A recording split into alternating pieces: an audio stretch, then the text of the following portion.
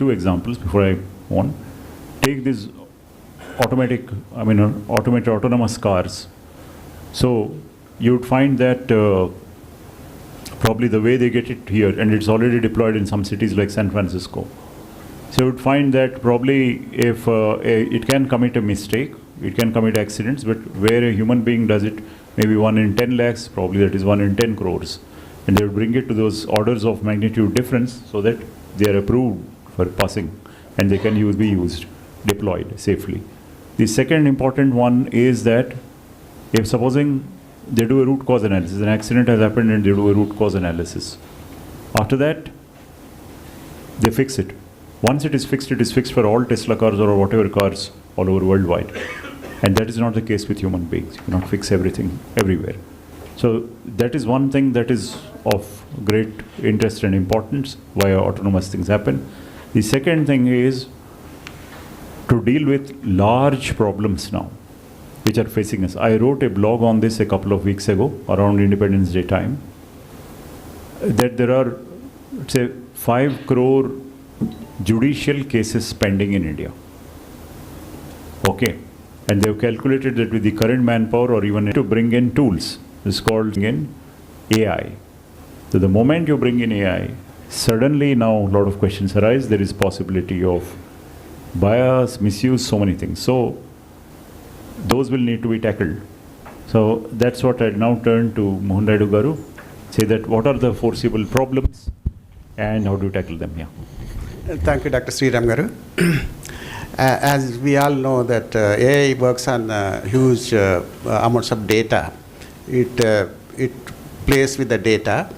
So hackers, what they're doing is they're mimicking the data and then creating a data hallucination.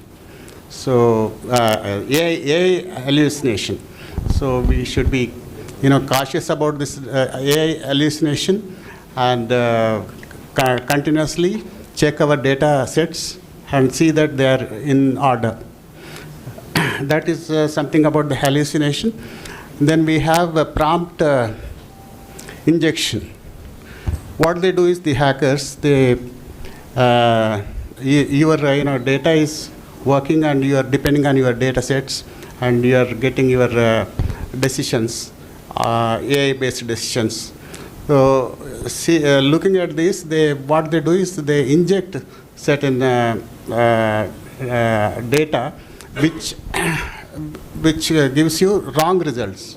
So that's called prompt injection. So we have to be very careful about this prompt injection. And then we have this what's called data poison. So they poison the data. So it gives adverse decisions and adverse solutions for us. So it can be very costly for us when you are depending for mission critical solutions on AI. So these are some of the areas in which we have to be continuously cautious. And these are the challenges that are associated with AI in the latest developments. So that's what I can say. Thank you very much. Balaprasad.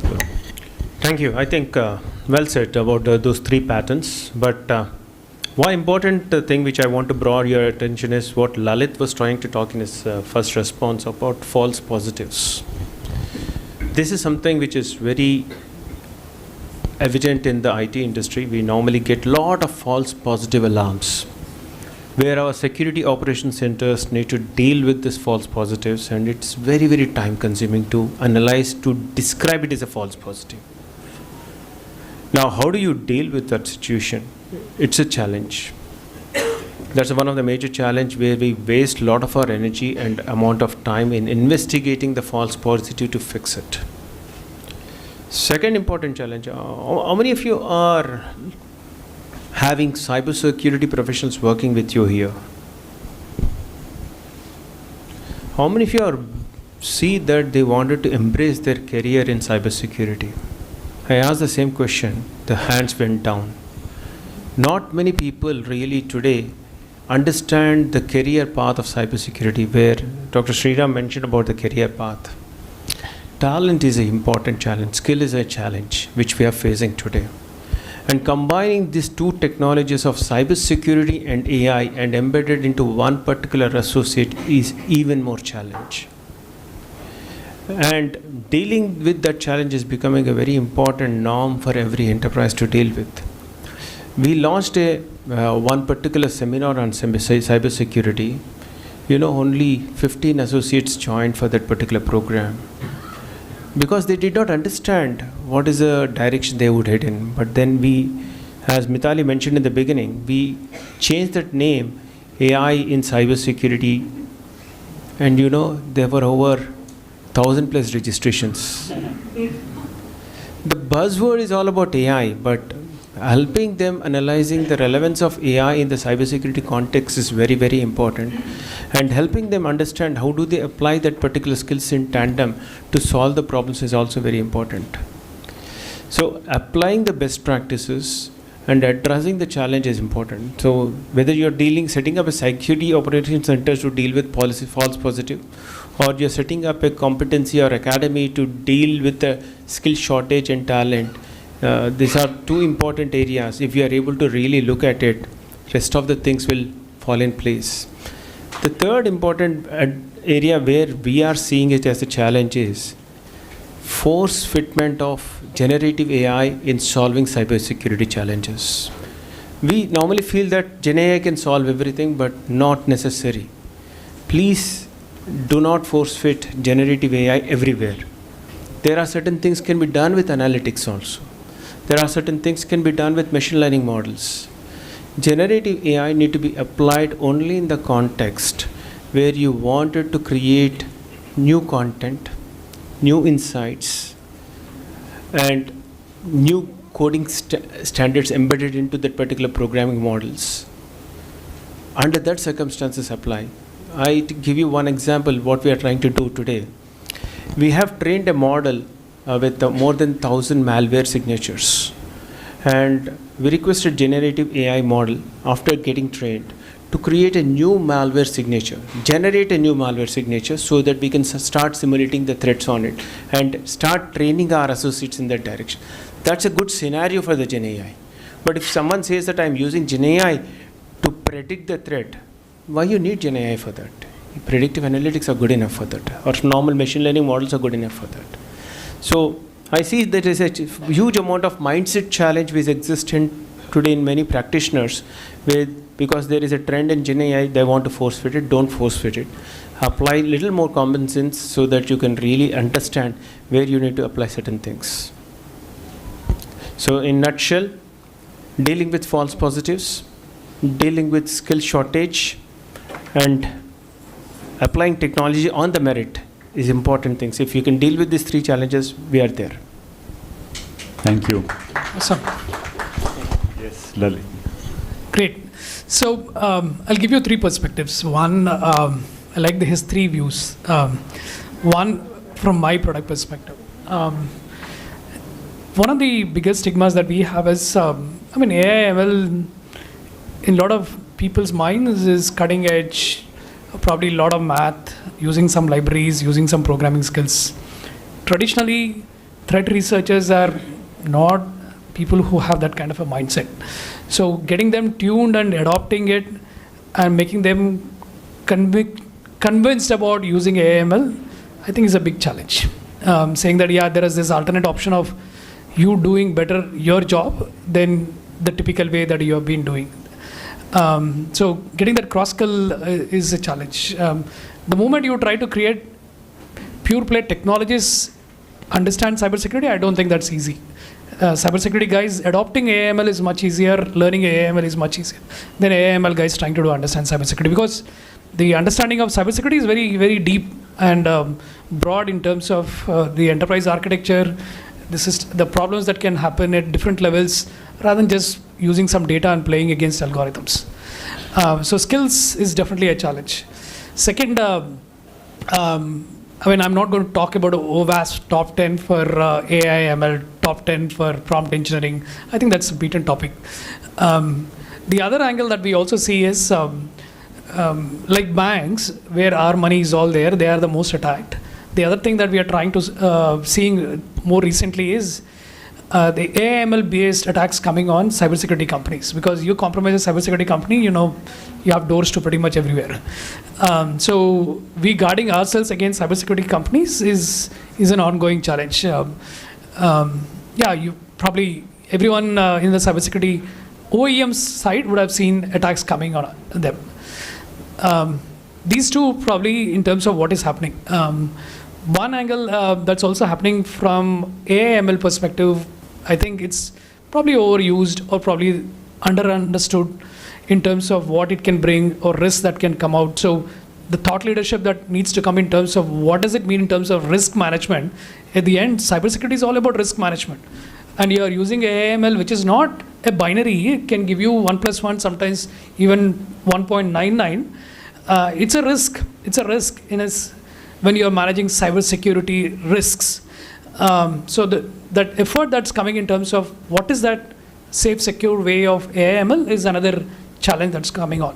So India has talked about it. I don't know if we really have a working group.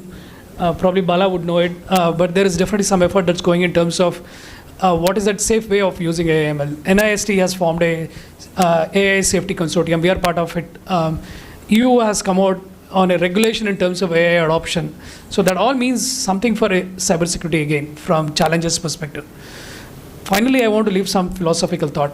I'm sure a lot of us would have read your Harari book on 21st century, 21 lessons, 21 lessons for 21st century. But there is another interesting book by a gentleman by name Max Tegmark. He talks about Life 3.0. Did anyone read Life 3.0 here?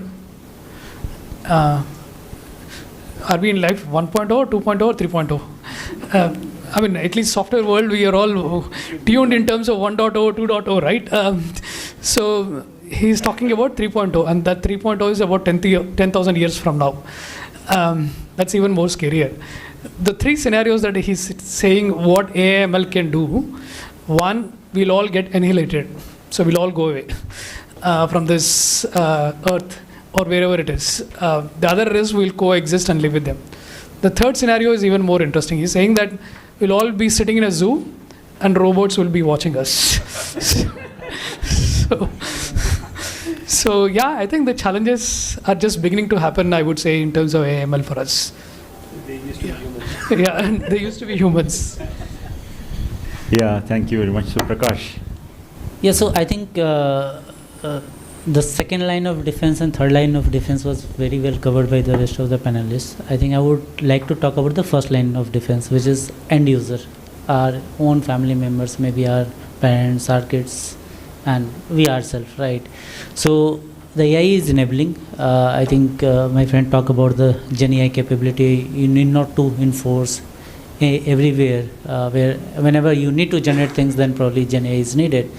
But what is happening with AI coming into picture, that threat landscape have changed completely, right? I think Lalit talked about the scanning the URLs and all. Earlier, that a lot of threat that was happening, the phishing attack was happening using send email, click here, and you were able to do SPF check and you were able to have a safe link in place. But now the attack surface have changed completely. Now you're getting a call, with a number which resonate completely to your near dear one, in a very panic situation, and you get into the same mode and you end up paying something to someone and you lose the money.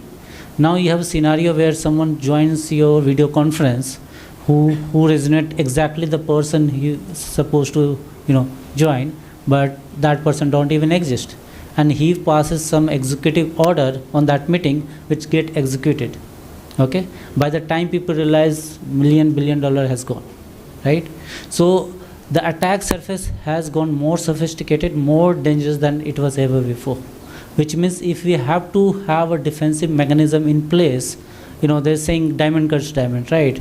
So if there's a AI enabled or generative AI enabled attack surface, you have to deal those attacks using the same capability. Probably not humanly possible to deal with those capability. When it was matter of clicking the link, it was still easy because there was mechanism. We can do SPF check, we can have all the URL databases check and validate. Now how do you check the voice? okay, whether it is a AI generated voice or it is, genuine voice. How do you check that video? Today also, I think I have noticed that in social media, when you upload content, it gives you option to check whether it is AI generated content or not. I can still choose not to click that one, right? But how does all the defensive mechanism or preventive mechanism we have can check that automatically?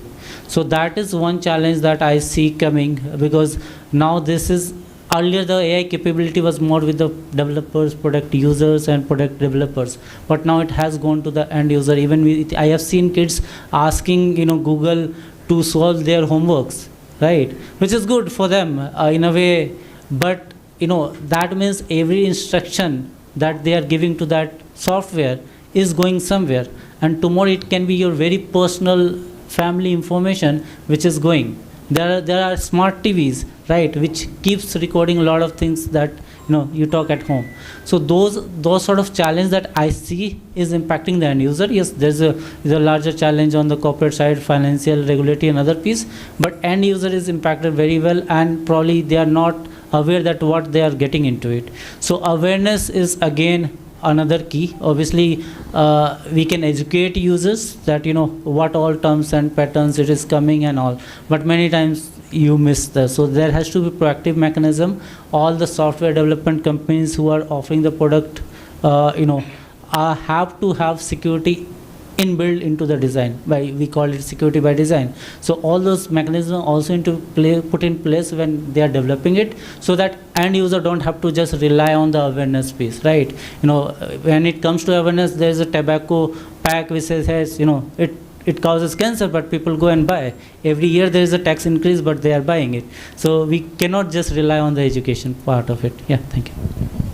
Thank you so much, Prakash. So, in the interest of time, really, we'll need to wrap up this panel discussion, but we've been left with so many good, interesting thoughts. I think one of the biggest threats is the way in which malware will continue to explode in numbers, okay? Because it's very easy to generate new malware using AI.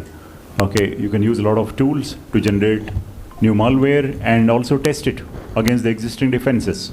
So for example, you have existing firewalls and everything. You have existing ones. Then you'll generate malware and test it, that is this able to detect? Is this able to detect that? If not, you'll go on improving it. Okay? And that really puts powerful tools even in the hands of ordinary people, so that they can generate a lot of malware. So, and how do you test it? You test it against the previous version. You may even test it by putting it on VirusTotal or something and saying that, is this malware, how many of them are really flagging on VirusTotal, which is a list of so many vendors, saying that, is it flagging it as malware? No, yeah, it is flagging, most of them are. So go improve it and put it again, repeat, rinse and repeat until it says that, yes, it's safe. Then you deploy it on all the clients or anywhere worldwide. So that is a real serious threat that is there. It is pretty much as the improvement, these chess players, people who automate, there is online chess games, as you see, AI driven. So the way they improve their chess game is making it play against the previous version of the chess game. Okay, and see that you leave it overnight, thousands of games are played off quickly, and then see that which one is coming out on top.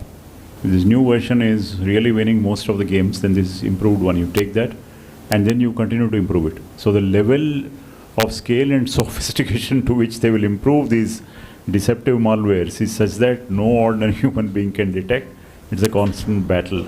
So to summarize, there are several areas. One is security, privacy, security by design, security by default, privacy by design, privacy by default. Default means it's ordered out of the box. Not that it has 1,000 settings and you need to go and configure. It is there, but you need to go and configure again and again. No, by default it's provided.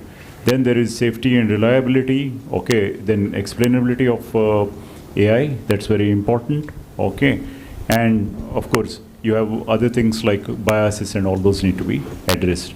So with that, I'd like to wrap up this interesting discussion. A lot of food for thought. Thank you, everyone. Okay, so yeah. Thank you. Thank you, Dr. Sridhar. As I mentioned before, we have started this FTCCI Cyber Forum here, and as part of this, we'll be having lots of events regularly. On app security, we'll be having a event on app security, mobile security, vehicle car security, then IoT security, hardware security. Like this, we will be having several events here.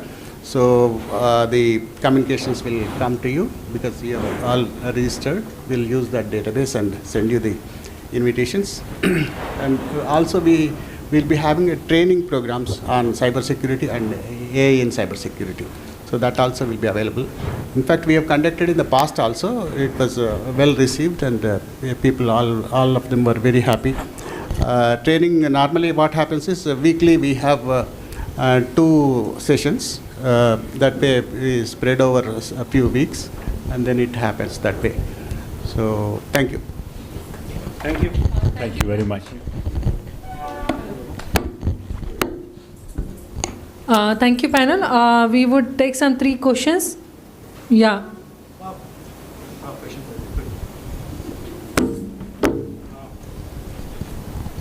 Good morning, everyone. My name is Sanjna, sir, and I work as a AI skills specialist for IBM United States. So when I just landed yesterday and I came across this conference, but I was a little skeptical whether I'll understand the conversations that were going on here.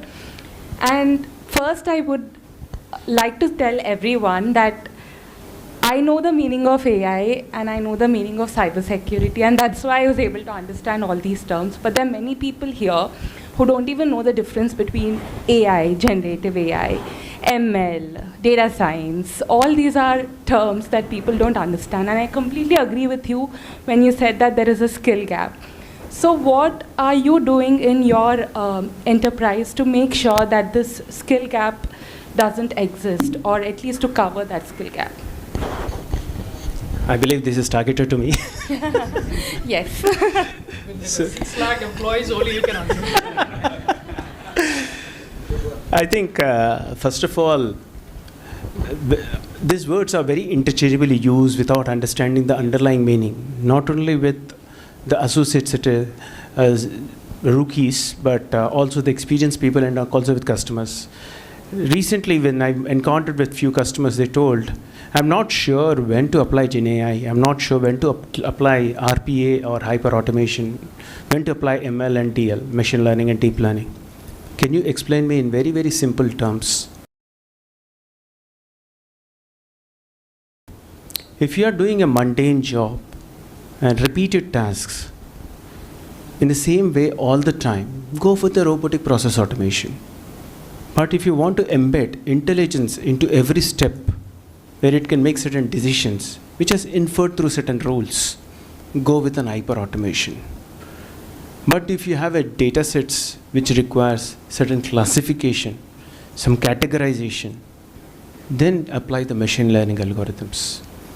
But if you feel that I wanted to simulate, detect, anomaly detections, and also predict certain things at a deeper level, go for the deep learning neural networks. But if you are willing to generate anything new from the trained model, then only go for the generative AI, which currently offers large language models or generative pre-trained data sets, allowing you to do that. And that is not only text, images, audio, video. All these things are possible. That is a difference I've illustrated and gave him a lot of scenarios where people start.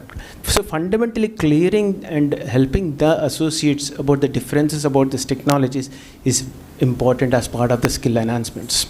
And coming to the data science and AI or cybersecurity, fundamentally they are trying to help us understand what kind of applications it is trying to solve.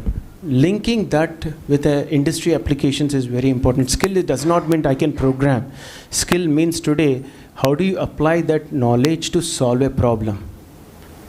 I believe you are aware of the fact Government of Telangana announced Skill University. Yeah, yes. Right? Why Skill University when you have so many colleges? Why? Because all colleges are grooming the talent. But how do I apply that talent to solve the problem nobody teaches? Skill University goal is that.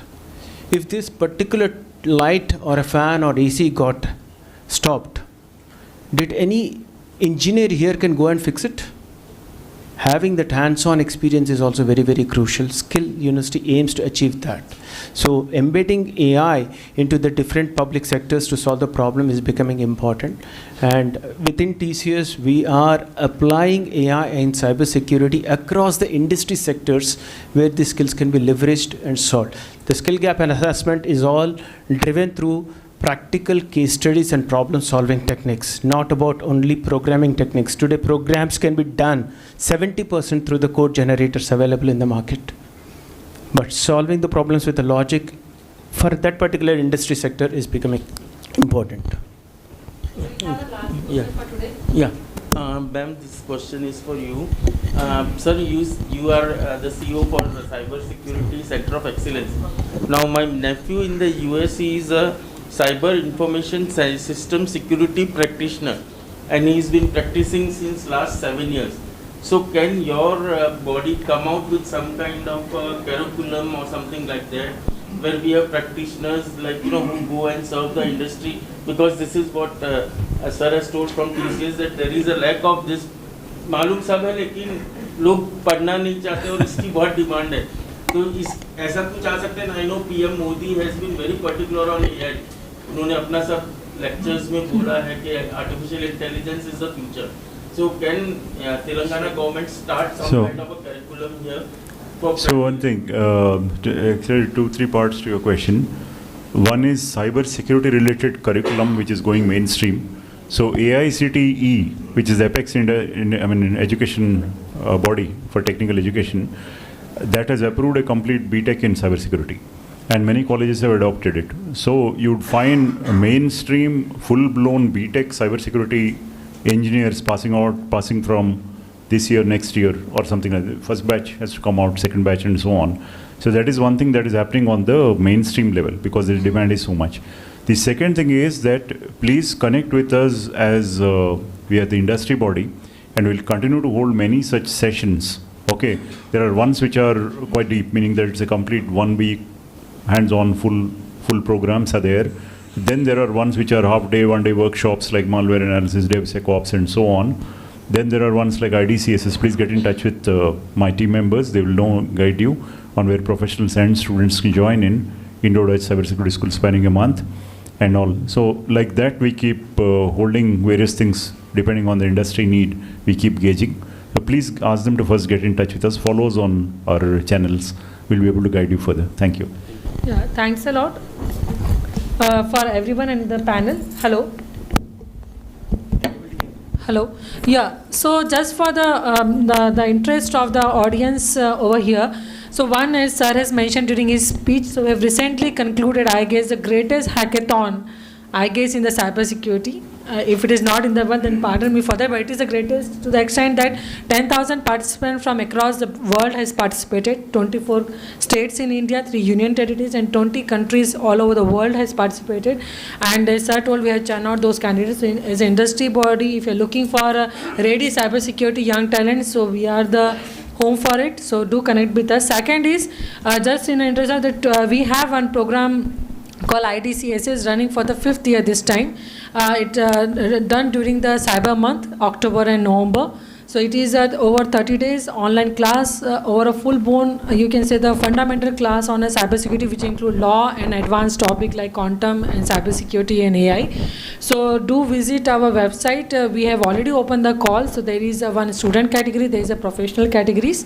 And those who have registered and they have attendance today, we will share you some discount code as a honor of our, as a gratitude to being present over here, so that you can take advantage of this. And for the professional, this time we are coming with a modular approach, as everyone has to generative like AI, as actual intelligence. So there is a 3 modules to it. So if you complete even one of the module, you are going to get a module certificate. So that include the fundamentals, very basics of cybersecurity, law forensic, those kind of a privacy kind of a topic, and the advanced topic. So these are the 3 modules to it. So in case any of you would like to brush up your knowledge, so do feel free to enroll for it. We will soon share those details with you, those who registered with us and shown their attendance over today. And another like this, we will going to have one more session, and there is one more announcement will be left for the last. So that something surprise element should be there. And to conclude, as sir has given me the credit, so talking about, he said AI. Just to tell you, for this who are there, feel privileged because there were 500 plus candidate register for it, and we have sent the selected entries passes to the some of you. So that's the keyword. See, when this AI worked, the magic of AI, then the AI keyword was there. So we had this 500 plus registration. And as sir told, maybe with the help of AI, we will not have to wait for 300 years for any justice. So now I would like to call on stage Sangeeta ma'am, Director FTCCI, to come on stage. And first we would like to express our gratitude to Mr. Chaitanya team, PentaQ, to partner with us for this event. So sir, you and your team maybe would like to come on the stage.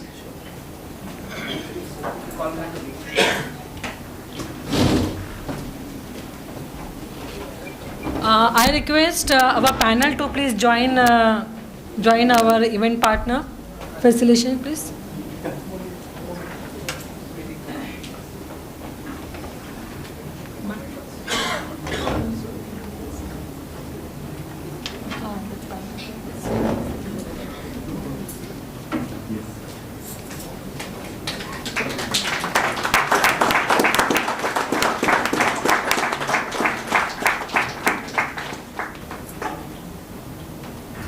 So we have one more.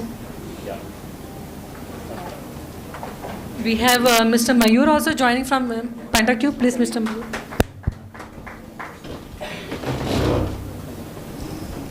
Guys, round of applause. This event is possible because of people partners like FTCCI, PentaQ, and I hope you would like to be now cyber insured, right? Many of you would have got a ticket for that. So thanks a lot, Mr. Chaitanya, Mr. Mayur, and the PentaQ team to be being with us today and being shown your interest to be part of it. Now I request Sangeeta ma'am to please honor our panel.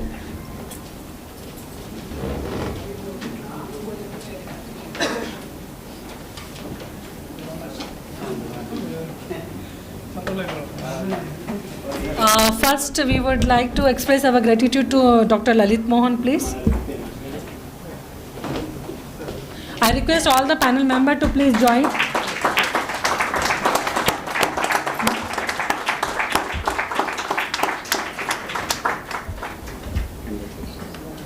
I request Sangeeta ma'am to please express our gratitude to Mr. Bala Prasad.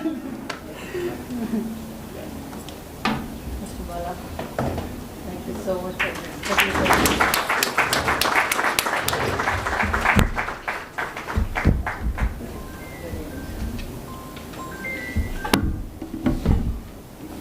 I request ma'am to please facilitate.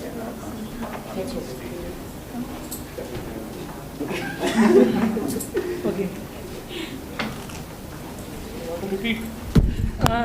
I guess sir has taken the shares, so that's fine. So I request ma'am to please express thanks to Mr. Prakash.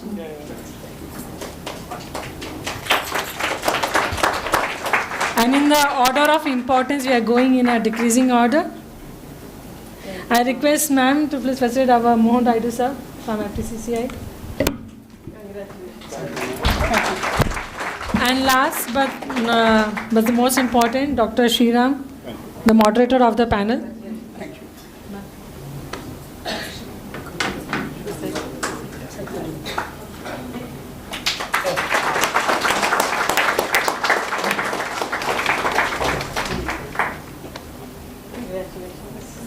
So thanks a lot to all the panel members. You can please take your seat. So now we'll start the saga of innovation. So now we have our two of our startup, as sir has shared with you. We have a 45 plus. We're touching the count of 50.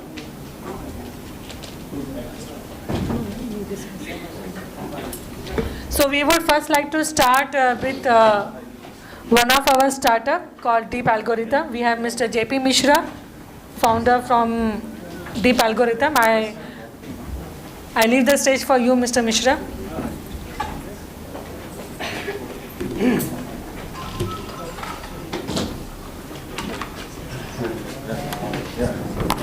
Good afternoon, everyone. Good afternoon.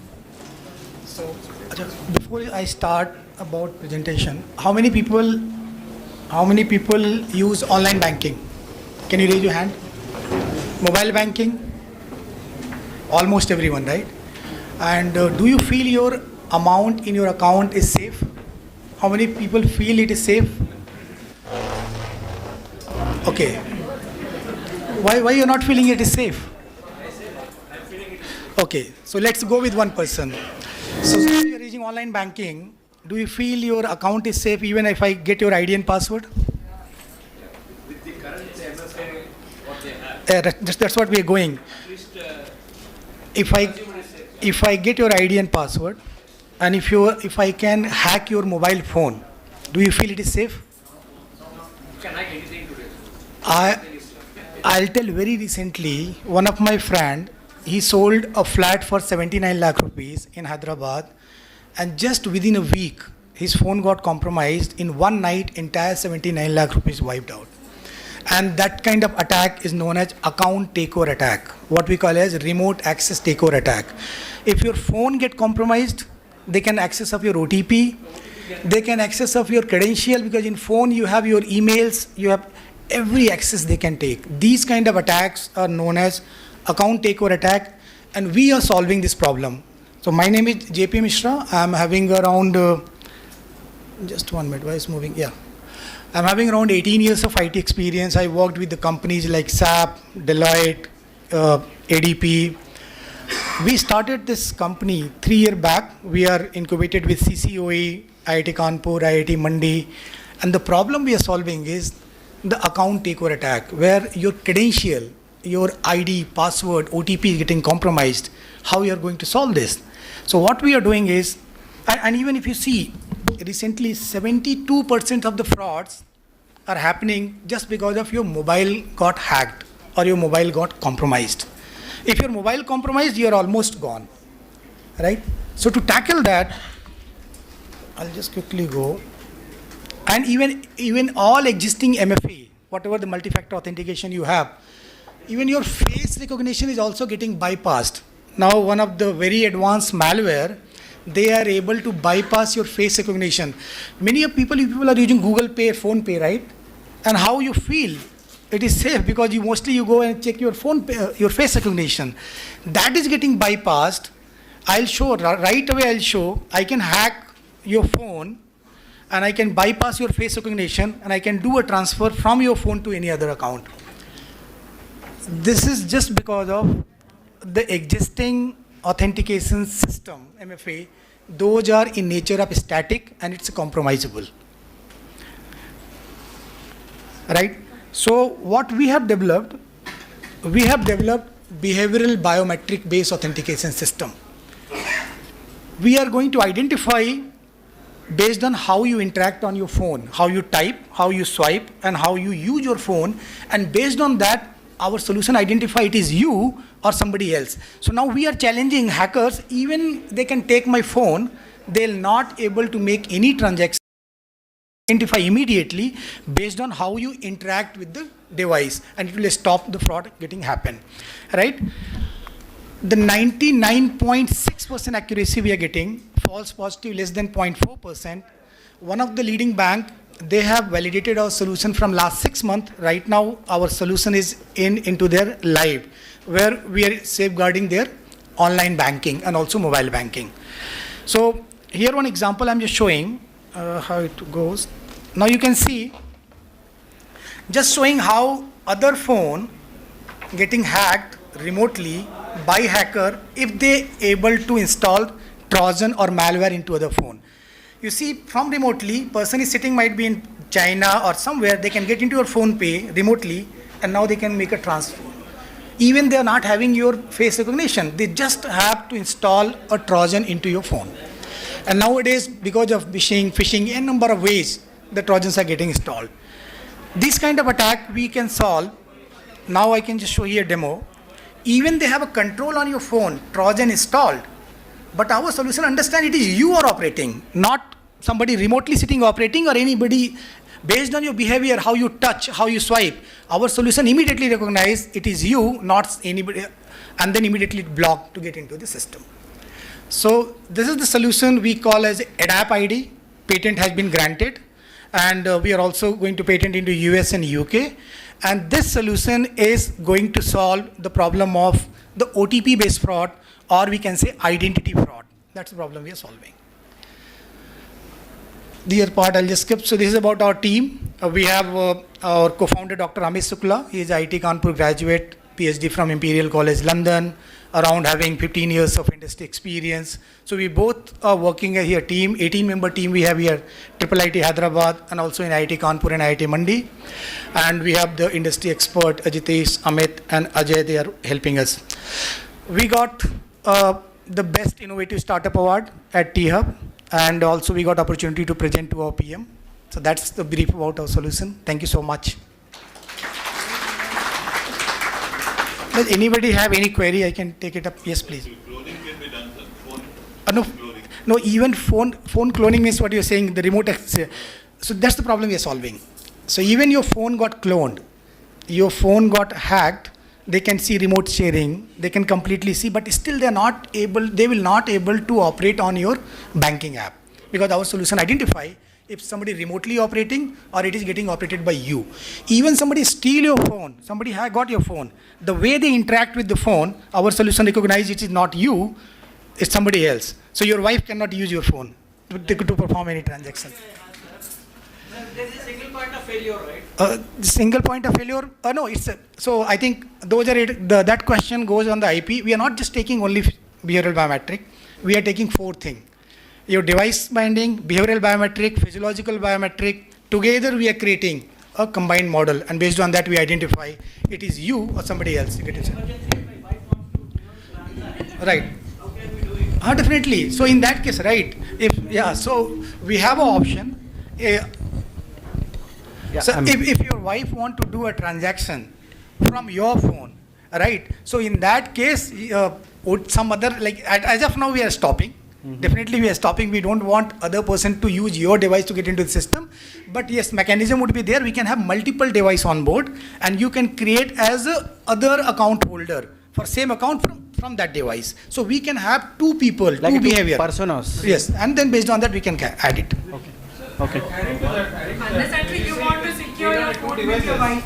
Your behavior of your wife will not be same as yours. See, as you said that it can be replicated in 2 devices, but if you look at the behavioral pattern, or what you call how we use your system, your software detects the behavioral pattern of like how fast they use the keyboard, right, where they touch it, how do frequently they move their fingers, other things. But if that is the case, even if you are replicating in the other system, still it is going to detect and block that, prevent other person from using it. Like in this case, he said his wife. It could be any other person. Right. So when your software is there to detect a behavioral system and block somebody using your banking software, but how does it work out when you are replicating in other systems or other device? No, we are not replicating other devices. In case there is accessibility from 2 devices, right? That will be 2 different accounts linked with the same. It will be 2 different user behavior. Mm-hmm. So we are allowing, like based on your consensus, mm-hmm, I am allowing other user. We know this is a different user, but you are saying let's include that user to access my account. Then we are going to go and add. But two both will be different. So it will be two access.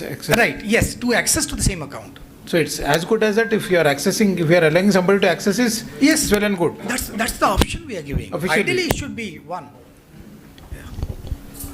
Sir, they have a stall over there. Yeah. You can have a detailed discussion with them, and they are available. They are part of CCOE. So in case you would like to connect with them, in case you don't get his visiting card, do visit us. Okay, so thank you, Mishra sir. I request Raidu sir to please give one token of appreciation to JP Mishra sir from Deep Algorithm to come here, and I am sure many of you would have thought my phone is safe, right? No, it's the center of state. Mishra, I'll just.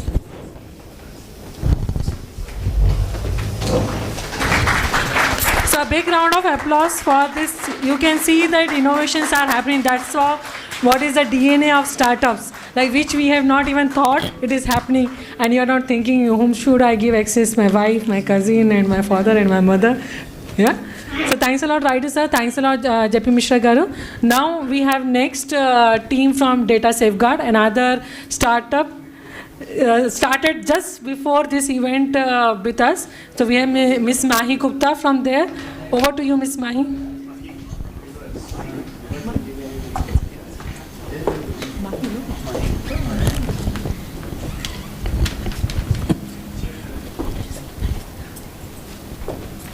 I have our phone.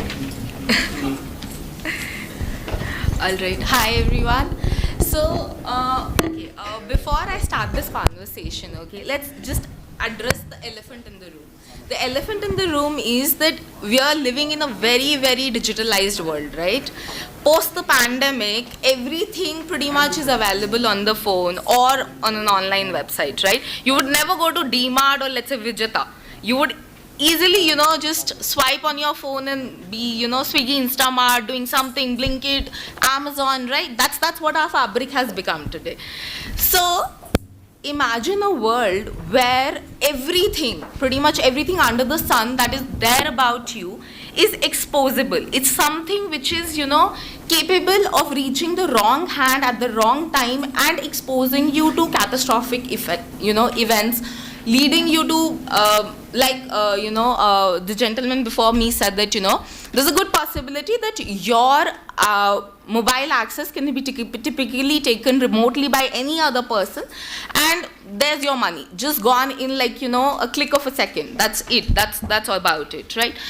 And the next most important thing is, do we realize that, there is a reason why all countries culminatively are coming with an effort to come up with privacy regulations, with AI acts? Why is that happening? Because there is an urgent need with the increasing digitalization and the increasing commercialization of data that is happening. There is an immediate need for us to safeguard that data and also to safeguard the source of that data, right? So, in our organization, at Data Safeguard, we've harnessed the power of AI to create a data privacy management solution that not only protects data, but also enhances organizations' ability to comply with these regulations, right? So our platform is patented by our cognizable computing engine technology. Now this technology is something which is at the heart of our product. It is something which powers the entire product.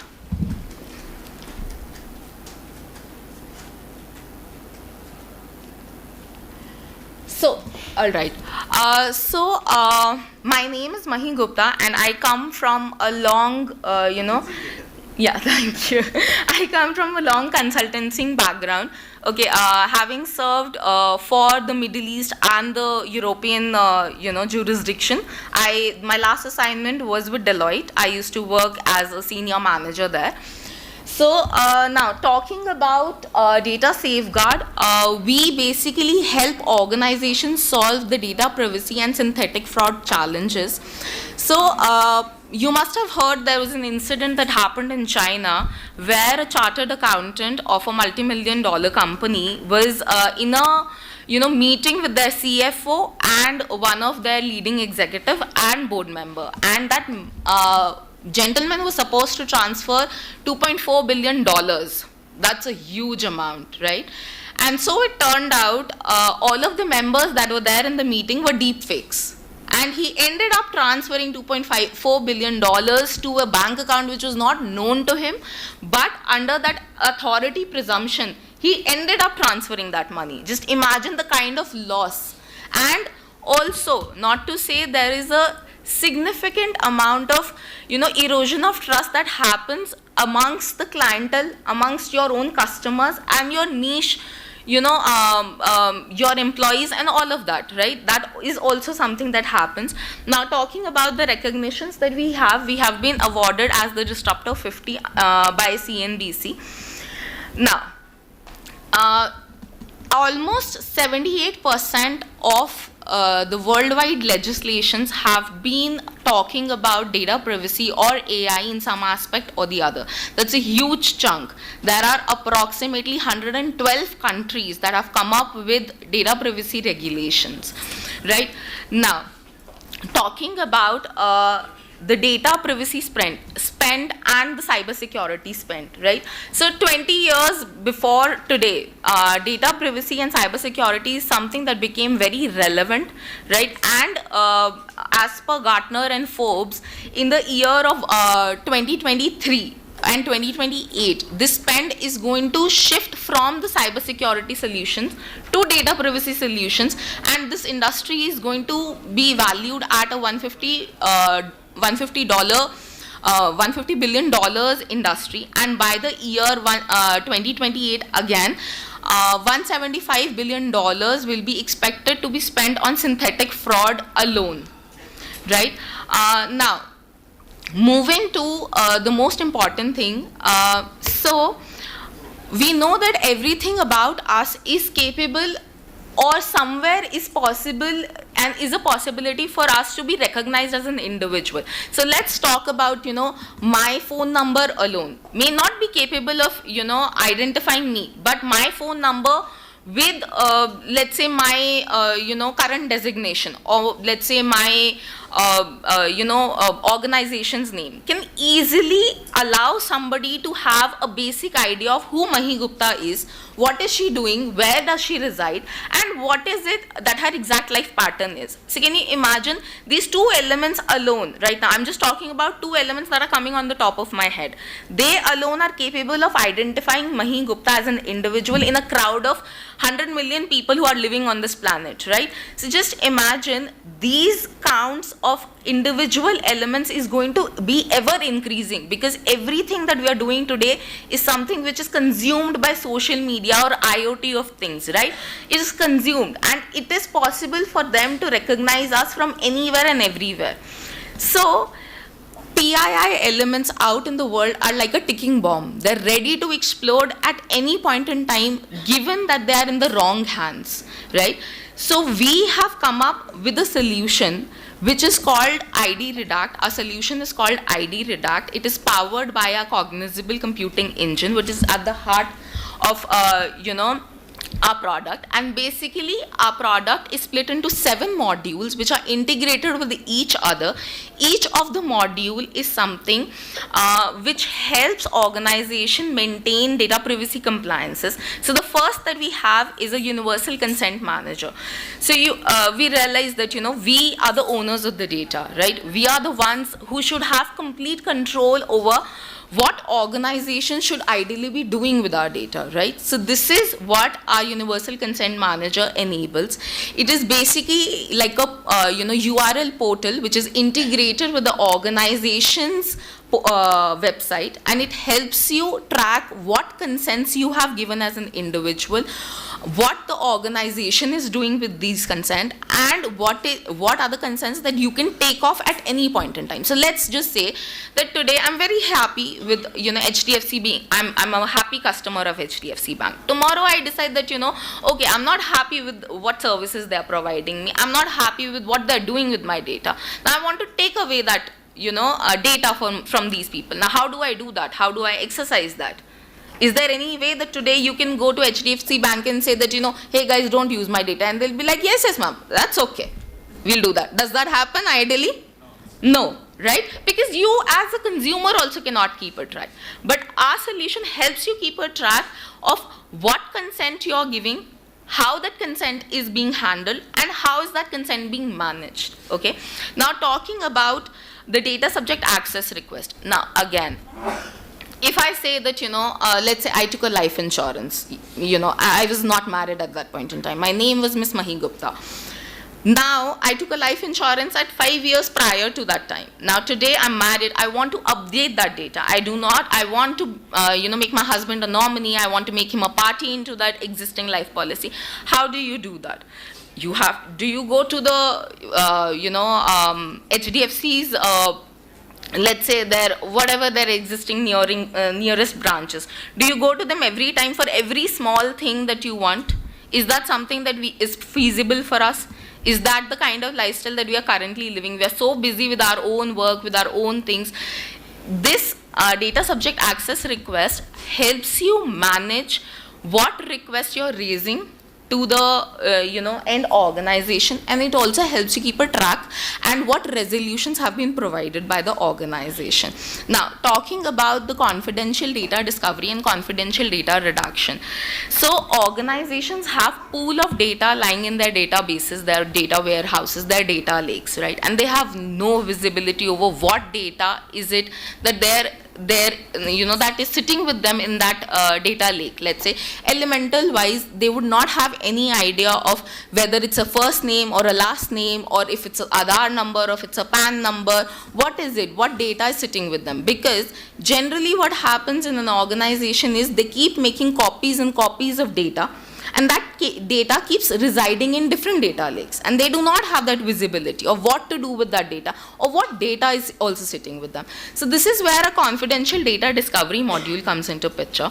So generally what happens in confidential data discovery is people will come, they will detect, and they will identify what data is sitting in the database, right? We've added another layer where our CCE engine comes into picture. It recognizes the patterns. It recognizes, whether a 10-digit number is in fact actually an Aadhaar number or not, whether it is a valid Aadhaar number or not. So we have trained our model, right?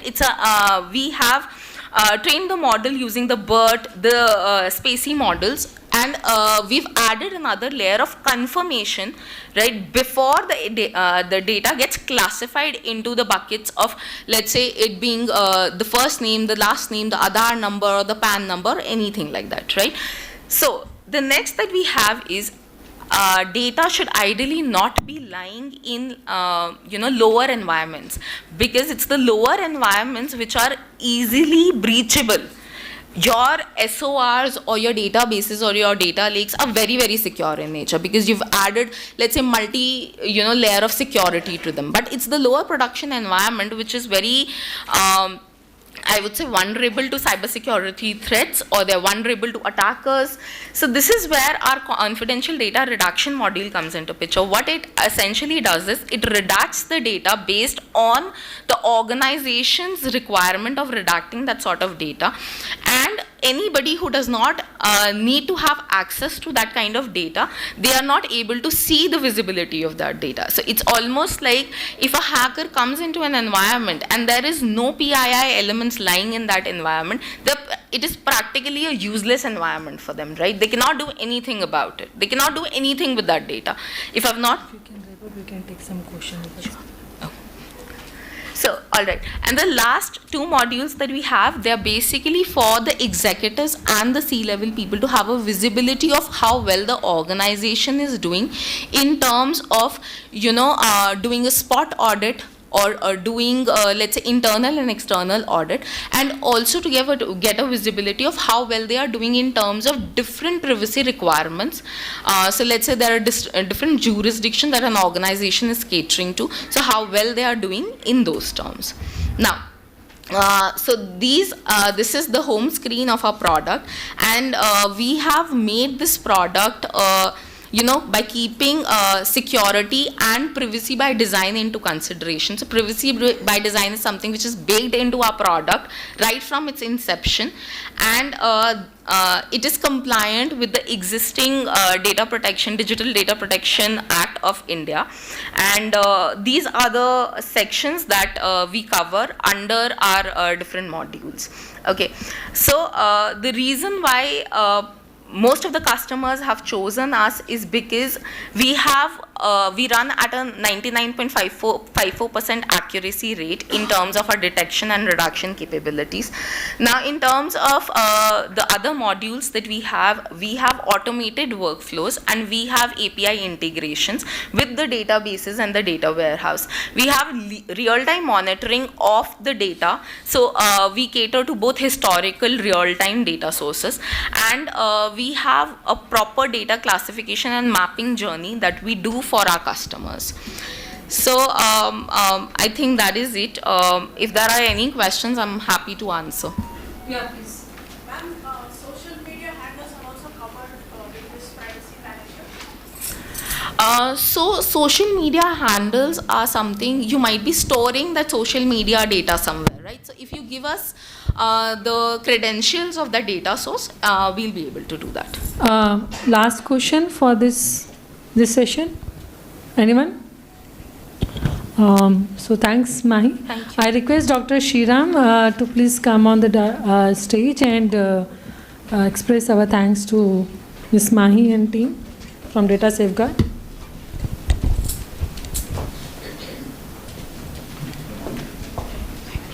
So big round of applause. So you can see from your identity safety to the extent that you can go for a privacy also. So those kind of wonderful innovations are happening in the field of cybersecurity with AI.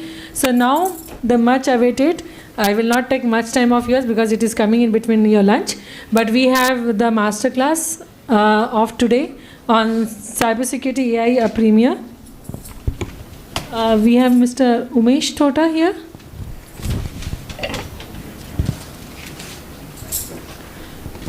So by the time Mr. Umesh come here, I just read about to you.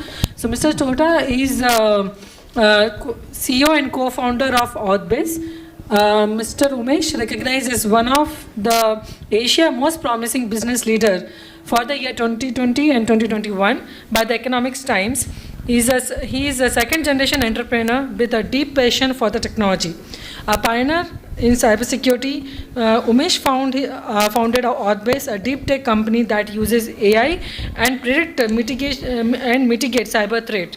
With a strong background in electronics, computer science, and mechanical engineering, Umesh has developed multiple IPs and solutions for various companies. His leadership has earned Authbase numerous accolades, including top honors at Tycon, CBI Insight, and NASCOM, and many more. Umesh is also a mentor, advisor, and speaker at various global tech and cybersecurity events. And also, like last year, he took even the class at IDCSS. And I guess Mr. Umesh is here.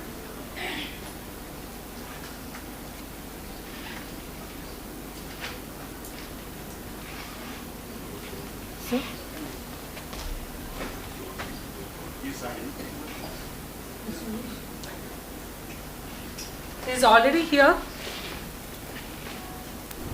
Hello? Yeah, he's already here, just in the next room, because thanks to the Hyderabad Standard Traffic HST, he got delayed for the session today. May I request CCO team to please have a look at where is Mr. Umesh, please?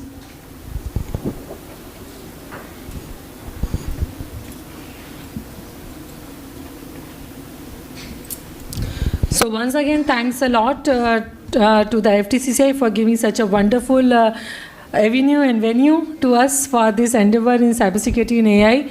Pentacube for being event partner, and also to two of our very interesting startup, Deep Algorithm and Data Safeguard. Thanks for being here and sharing your wonderful innovation in the field of cybersecurity with AI with us.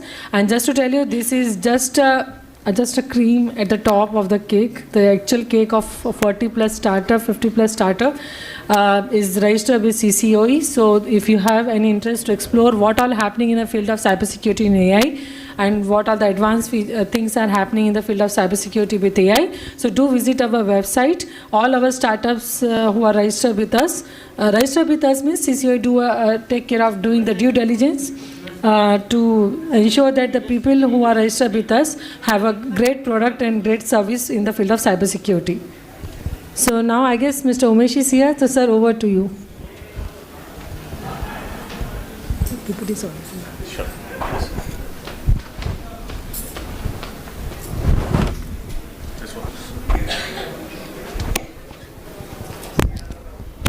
Hi.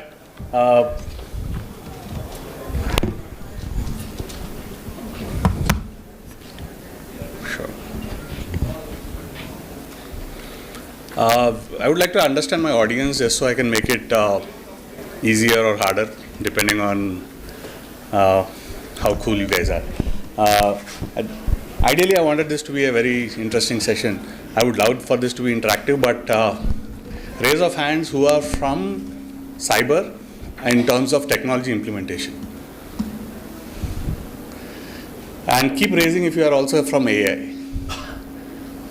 Wow, nice. All right. Now the question here is, how many of you guys actually implemented any kind of remediation technologies towards AI? 1, 2, 3, 4. Cool. What did you do? That's for DLP for the modeling. Yes. We're checking if the models are getting the ones which we are developed and so on. Brilliant. Sir. We implemented a model protection. Cool. Anybody else who want to talk what you guys have done? Hi. Yes.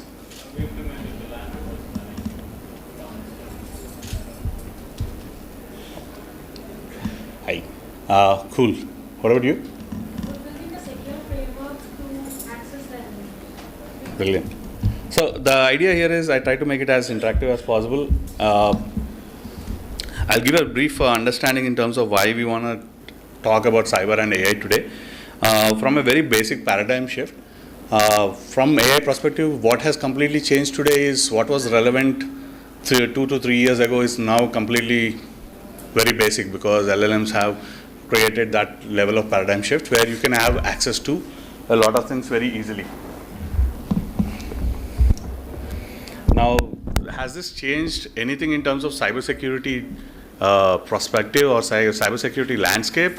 The landscape is still the same. One of the very interesting things I would really like to discuss here is a couple of case studies that would make sense for you when you are essentially thinking about AI and cybersecurity together. The reason I put this up is from in the last decade, the direction towards cybersecurity has changed from macroeconomics to microeconomics. Ransomware has changed. Everybody is making money through a lot of attacks and focus towards microeconomics. Now, this has increased more in terms of their focus towards data.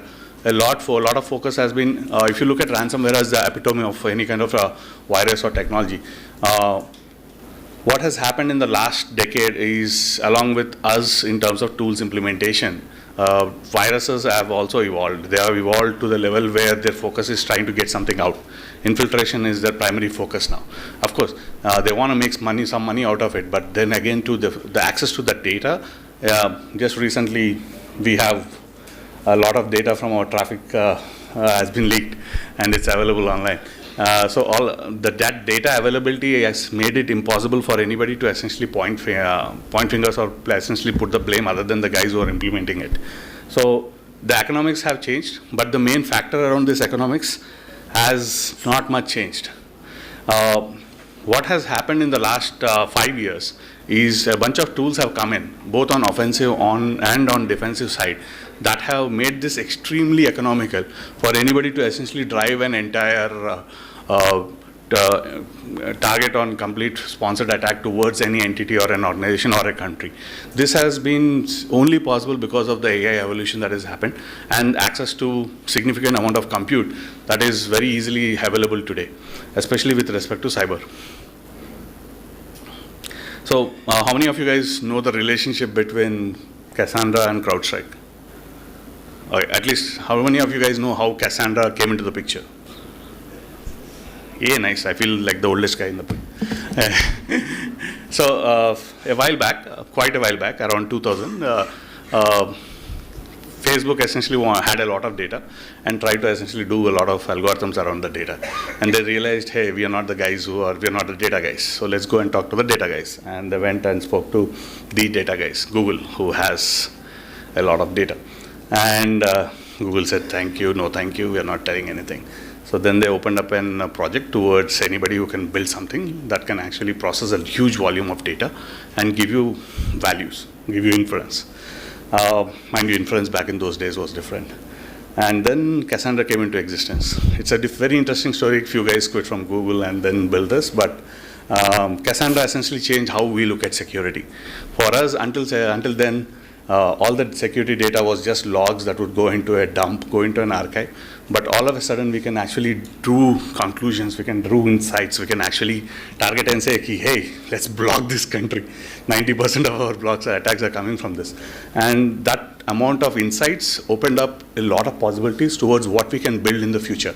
And that's how AI came into the picture. Now, if you look at the amount of tools that have been growing since Cassandra till date, the one thing that is common is data. As much as we love data, sticks. Every threat intelligence data that we try to integrate into our SEM, every tool that is there that consumes this data. The most important aspect of the other side of the data is the data that works inside the enterprises, the data that is responsible, which is like the data lake and every other aspect that the offensive side is looking to get it out.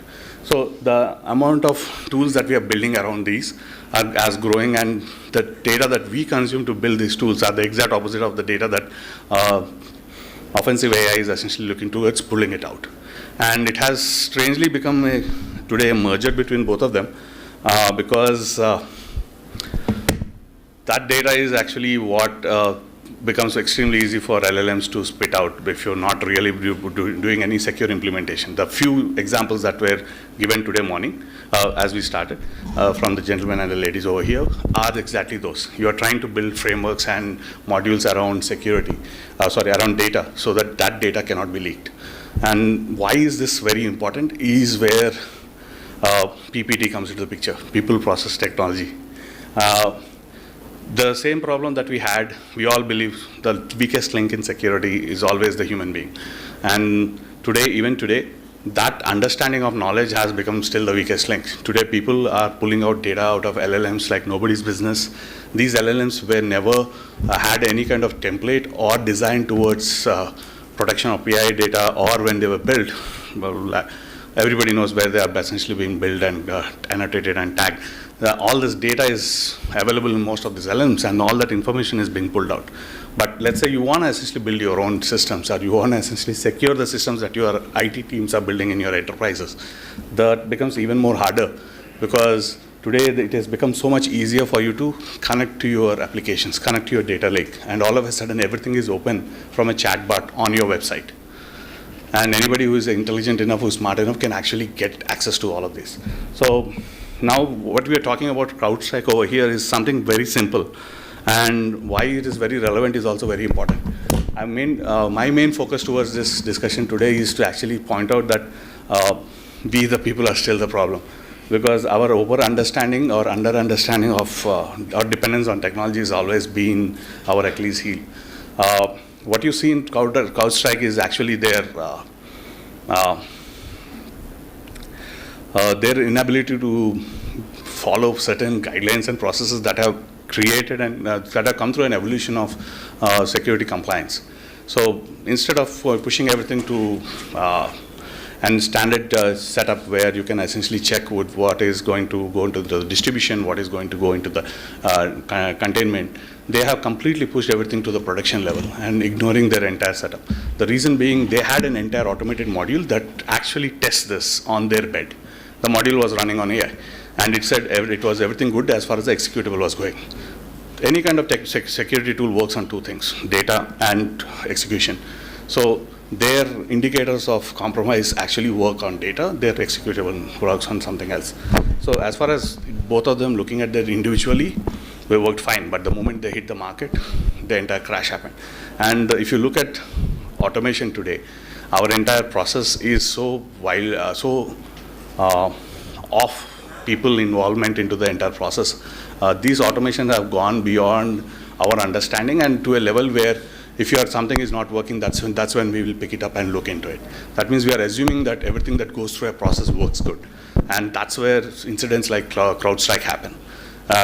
If you look at CrowdStrike, by every definition, a company that essentially charges the highest for XDR should not have a problem like this. Had the process started the process where everything from beginning to production essentially follows the guidelines for security and compliance. The problem here is AI in terms of implementation, testing has never undergone into such process, and hence it always says, hey, we have a testing bed at AI that actually mimics the same process for production and testing. And nobody can question or regulate that because that's always out of the box. So I would like you guys to actually see and understand this from a different perspective. If you have built an insecure application and you're running it on your Windows machine, it will ask for privilege escalation box. Had that also been in this case, your server would not have crashed because once it's restarted, you would have said no. And that's all it was needed. So if you're building server level applications, please do not use the same level of understanding that you're going to use on a typical operating system that's not a server. because your workstations have physical access, your servers don't. And if you're giving the same XDR on both ends, then the people in the picture are to blame. Coming back to the amount of growth in the last 1 year that has happened towards AI tools being used for different intents. You can see the numbers and they are quite growing. This is a very old number, but the numbers are growing because the implementation towards this has increased. And most of these are directly targeted towards us. From the evolution of anything with respect to security, it's not the process that's been affected. It's not the technology that is being affected. It's us. Our understanding towards process and technology that is being always exploited. If you look at this and if you try to understand every incident that has happened with respect to cybersecurity in a large scale, right, from SolarWinds to even CrowdStrike, we are still the weakest chain in the link. And that actually puts up a very broad question to us as to why, when processes and technologies have evolved, why have we not evolved with respect to certain amount of understanding towards both, especially when we are in that domain and we are essentially implementing those tools. These are questions I would love for you to ask your team and yourself. Create processes and methodologies that will help you actually mitigate these kinds of threats, and an open forum around these risks so that when people are exploited, it's not that hard to actually come out and say, hey, I have been responsible for clicking the link because I thought there's a very cool PDF that tells me how to do something. Again. So this is something I really like to talk about, and the amount of data that we pull out of an LLM, or how we essentially integrate LLMs towards every tool that is out there today, or how enterprises want companies to start using LLMs, start hooking them up to your data lakes so that you can pull out some inferences with respect to your businesses. Unfortunately, all these connect to a chatbot that's actually in front of your websites. So if you are essentially building this, so I love the strategies that were earlier told by the gentleman over here, or the frameworks that were suggested. And all these are very important in terms of if you're essentially implementing any kind of security framework, because the simplest point here is you are currently opening up your entire enterprise towards a process, towards a technology that is essentially not been vetted through your process, or or you are not capable of understanding the black box that is working behind your servers that's providing that inference to people who are asking questions. If this is an internal one, even then your privilege versus the questions being asked is not monitored. If it's an external one, then please don't connect directly. So number of different systems that are out there. Very interestingly, these same tactics and designs are actually done in business today. And let me start with something very cool. Right. How many of you guys have heard of Mistral model? Right. Really cool model, very accurate, works very well, and doesn't give you any stupid answers, sad answers. The point is, when they essentially started building this, they pulled it up by spending about 1 million tokens on ChatGPT to build out an inference model that is actually giving better answers.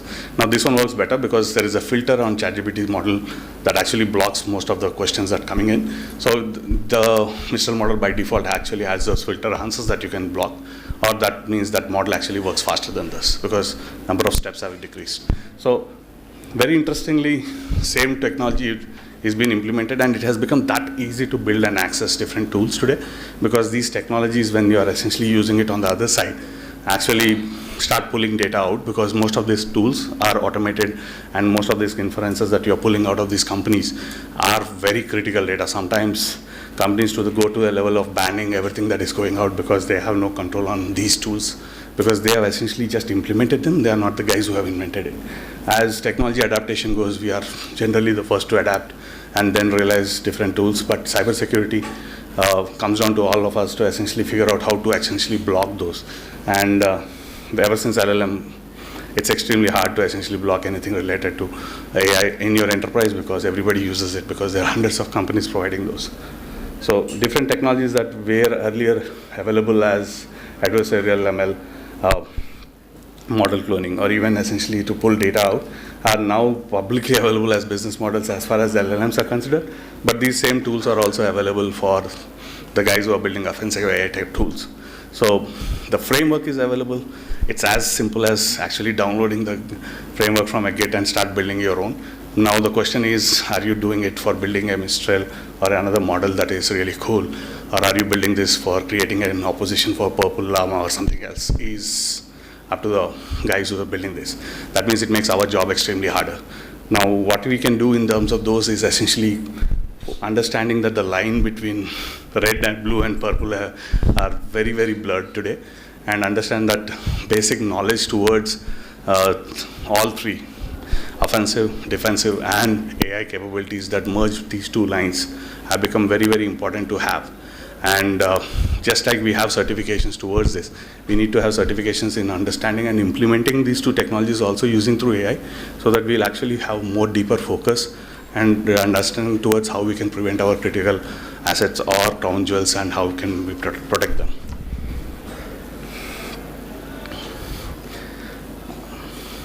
Again, no slide ever goes out without OWASP top 10. So, but these are the top 10 that I've released. But actually, I would like you guys to check out something else. MIT has recently released a huge archive. Thousands of ways an LLM can be exploited, thousands of ways different machine learning language models are being exploited today or can be exploited. And these are from thought experiments to theoretical possibilities. Most of them are actually replied back from vetted engineers saying, hey, this is possible in my enterprise today. And their list is in thousands, not just in the top 10. And while top 10 starts in a very nice way, and we only focus on top 10 because it's impossible for us to focus on an ever-growing list, it also gives you a very clear understanding as to how a simple technology implementation can open up an entire bag of worms towards technologies such as these LLMs today, that you will have to figure out whether you have whether you consciously choose which data module to publicly make available, or which technologies for you to essentially integrate so that you can be on both sides of the spectrum, while your data internally can be accessed by the right guys, by the right teams, and your data externally still protected and isolated from the rest of them. If you don't have those separations actually put in, the conversion between these two, or the learns that get blurred between these two, has become extremely simple today, because writing code to build this is not very hard today. And there are models that you can just build up and integrate. Or this is going to be us trying to fix something that we have not started to even.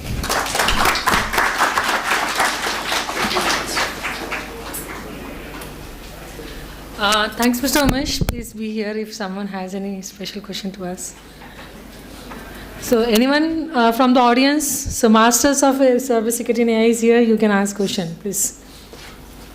So organizations started using AI. Yes. In different ways. Probably they want to be the first set of companies, or they thought it's very helpful, or some people started using it even without the knowledge of the organization or the security frameworks. So do you have any high-level plan or program which you might suggest, saying, probably this might work? So there are frameworks actually currently available for organizations to do healthy adaptation towards AI. Otherwise, we'll end up like Samsung banning everything. They are actually selling LLMs on their phones, but their entire organization is now banned from using certain AI sites. So because that is that simple to pull data out. There are companies today that are essentially creating frameworks that will prevent AI data to go out. I have seen a few demos today, and they're brilliant, because AI data is sent, it's not received, it's remerged back, coming back to the data. Tools that will eventually become mainstream implementation, but until then it comes down to us to actually secure those or create those frameworks by ourselves, or use ones that are already available. Some other audience about usage of AI, some generative AI. Generated by you, you own it. According to other guys whose data is being used. These are tools that will have changed our life.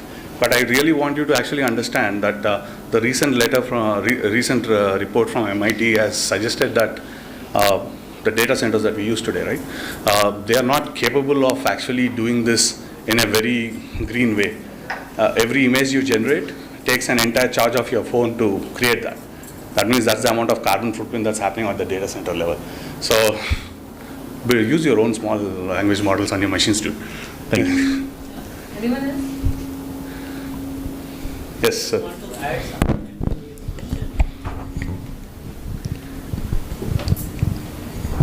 So your question had two dimensions, okay? As a part of end user, he rightly says you own it, okay?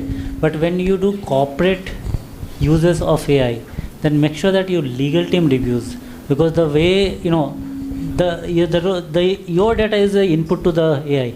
The outcome is also a data, and it's a very rich data. And that's the gray area that we have. We don't know who own it, whether it is owned by the client who is providing you the raw data, or whether it is owned by the supplier who is actually giving you the outcome of that prompt. Okay, so that one area that I was also talking on my end, that make sure if it is from corporate users, make sure that you engage the legal and ownership should be lie very clearly, whether it's them or you, doesn't matter, but that has to be lie, dotted very clearly. Don't put anything in the PPTs. How to avoid the big data? Sorry, please. How to avoid the big data? Some data. Yes. Yeah. So brilliant, actually. Today it has become extremely easy to set up and RAG and pull data out. But if you ask a very silly question, it will still try to answer that question's answer, and that answer might not be relevant to your company at all.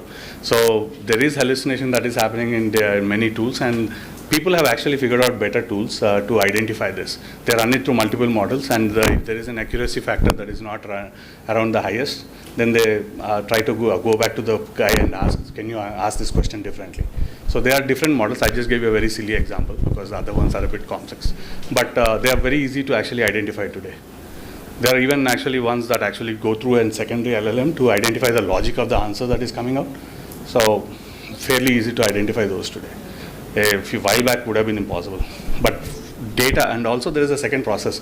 If you are saying an LLM gives you an answer 2 + 2 is 5, ask it to show how it is 2 + 2 is 5, and it will autocorrect itself.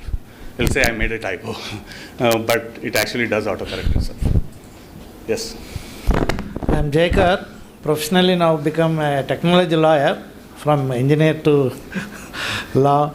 I have a question as well as a suggestion. Sir.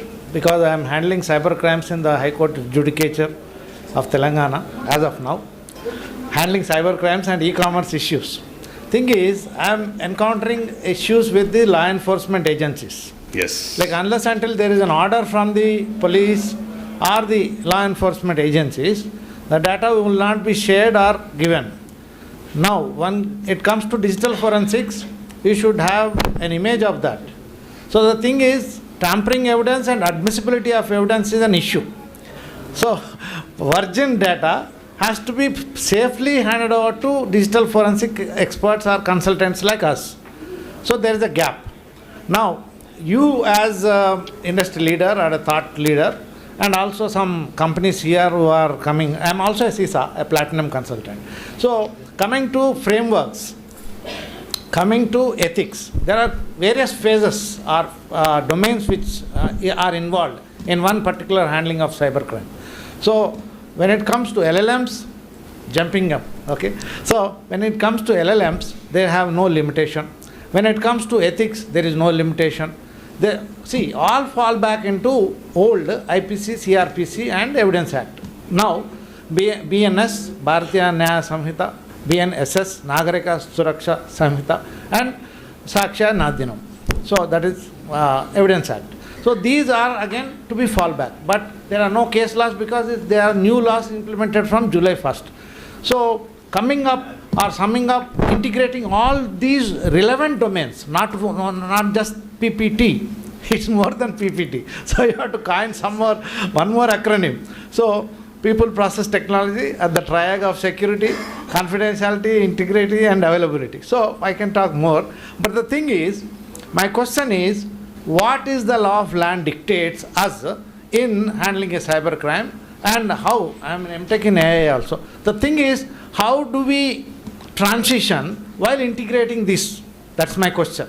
Then, as a fraternity, we all should, like how I'm an athlete too, how we used to march to install a stadium, Warangal Stadium, we made protest and march and submitted a memorandum to collector. Hence, we got a stadium. Like that, all the fraternities should also march and make a protest to the law enforcement agencies or the governing bodies so that they come up with a proper framework to govern all of us. This is the gap.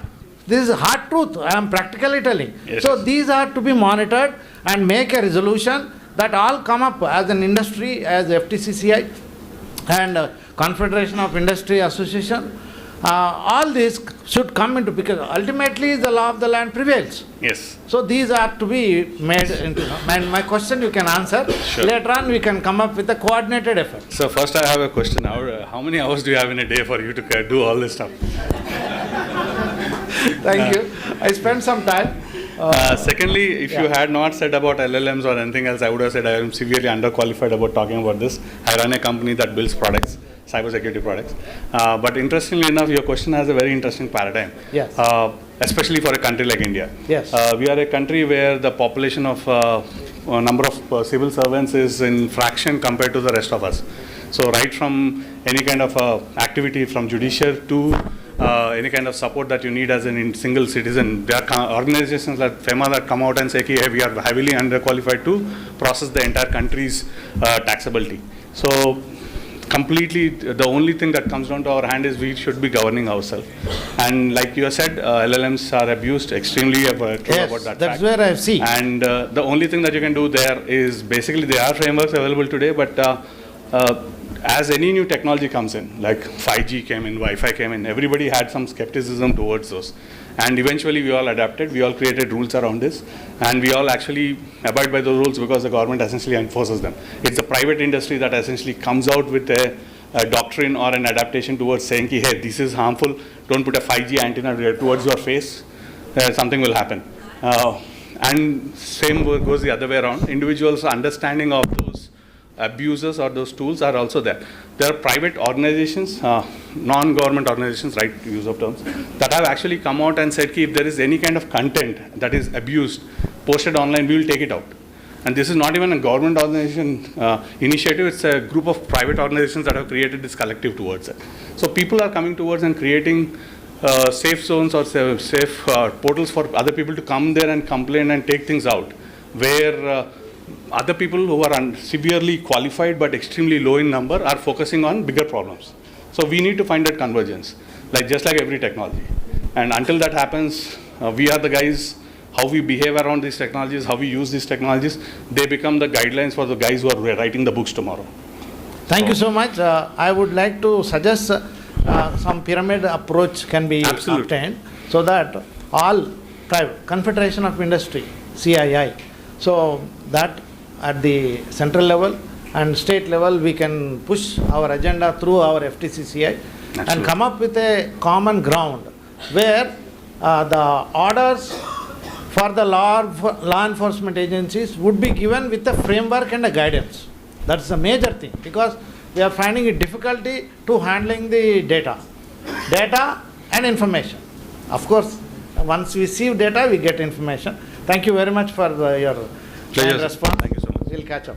Mr. Umesh, when do you think the data can be as a... Hi, kindly, sir. Yes. Hi. When do you think the data can be ruled as a commodity? Humans only can value if it is commodity or, price for them. Now, only when one of the gentlemen sold order of 79 lakhs getting, mobbed of the, with just an SMS. What type of awareness these tools or the products on the cybersecurity going on to the customers when they only realize the value when that is lost? Sir, I would like to ask a counter question, and I'm pretty sure you know this answer. Do you know how many B2B cybersecurity startups exist today? I don't know the number, but yeah. Mr. Sriram, sir. B2B cybersecurity startups, just in the numbers of tens or thousands? Probably, in India there are about 400. And do you know how many B2C cybersecurity startups exist? Very few, 3. People don't care. No, yeah, thank you. Yeah, people aren't caring until that's lost. No, so people don't care because it doesn't make enough money for them. So cybersecurity products are sold 1/10 the price in India. And there is no budget for cybersecurity products or newer generation products in our IT budget for either enterprises or large-scale organizations, unless you are tying up with an American or any country that demands that you have cyber insurance, that demands that you have compliance. So there are ground-level things that need to change for everything else to follow suit. Today, if you lose money on an identity theft in US, you can go and file. You can walk into a court and go and file some complaint there. We don't have forums for us to walk into and complain. We have different cells that go and we make a complaint and we try to understand what's happening. And the money might come back, might not come back, but it also creates some kind of awareness for them to tell to 10 people. I'm not saying it's the right way. I'm saying we have from a country that 40 years ago was called as the country of snake charmers to today, where we have essentially created technologies that have changed how the world looks at the world. We are growing at a very accelerated pace and extremely uncontrollable pace. And these events will actually keep on happening until we who are there in the B2B domain take it upon ourselves to do something back as a CSR. And that's actually impactful and not just as a definition of CSR. Yeah, my suggestion is to ask about my opinion, making data as the valuable product for them, for the awareness, so that they implement to saving the data and using these particular tools. Until unless they're punished, what's the product of cybersecurity going into human asking? Absolutely. Apart from security and insurance, the gentleman is selling the insurance over there. If at all I feel only my data is valuable for me, I can't buy the insurance. Insurance on human levels is typically an accident or life.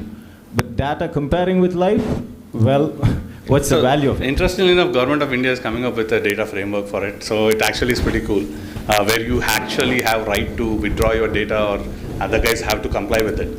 That is unseen. Most of our other data compliance happens at a government and a compliance level, not an individual level. So finally, I feel nice to actually be at some point. But also this doesn't include government websites. This doesn't include your right to actually say, hey, this information is wrong.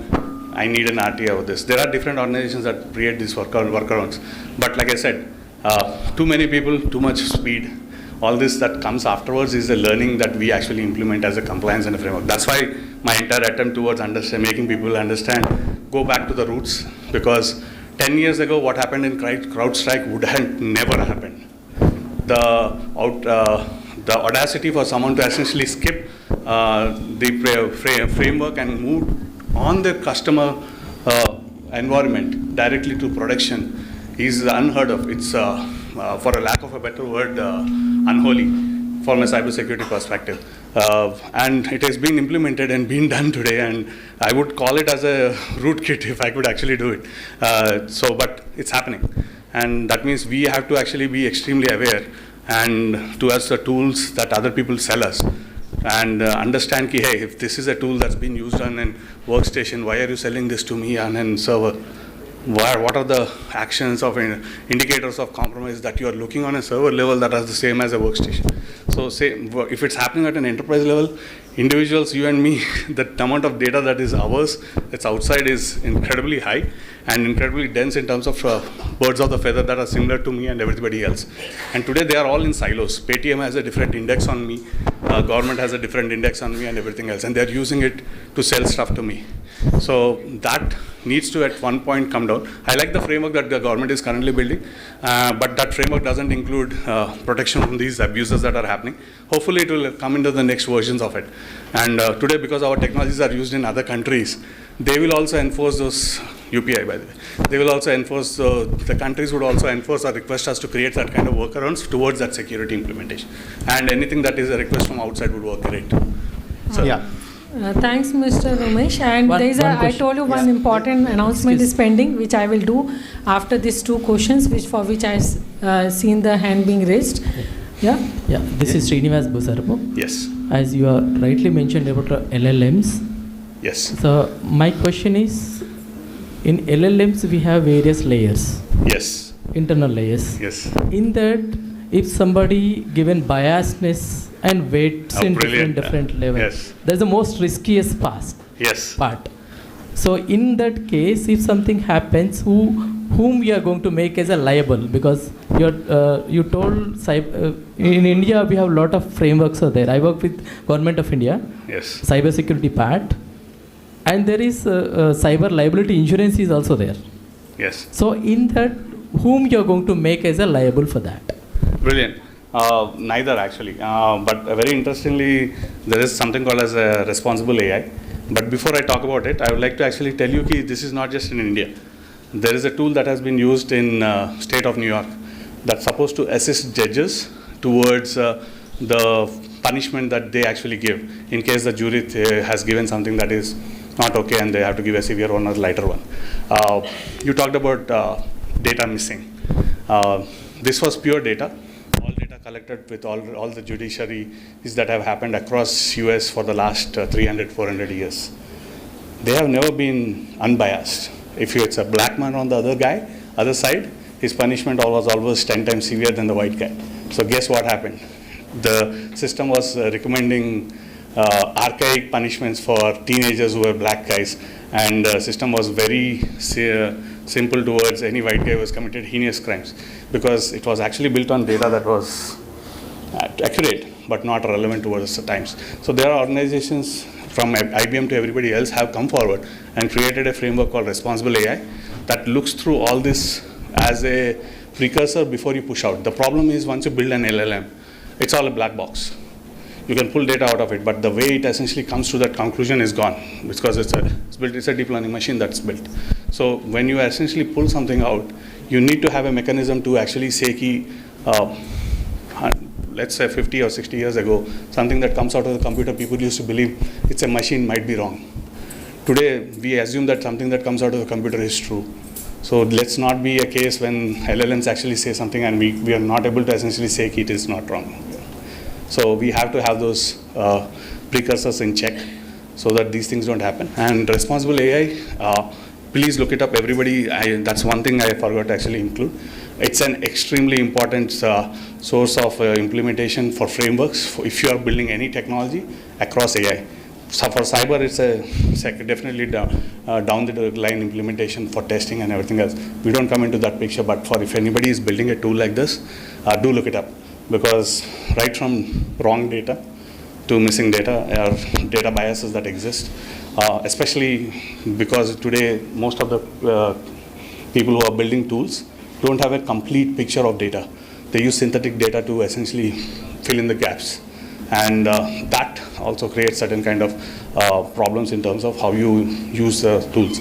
So there are frameworks, by the way, who are actually working on maintaining this responsible AI tools on top of the existing LLMs, but they don't actually, can't actually provide you that insight saying that this is why the decision has been made.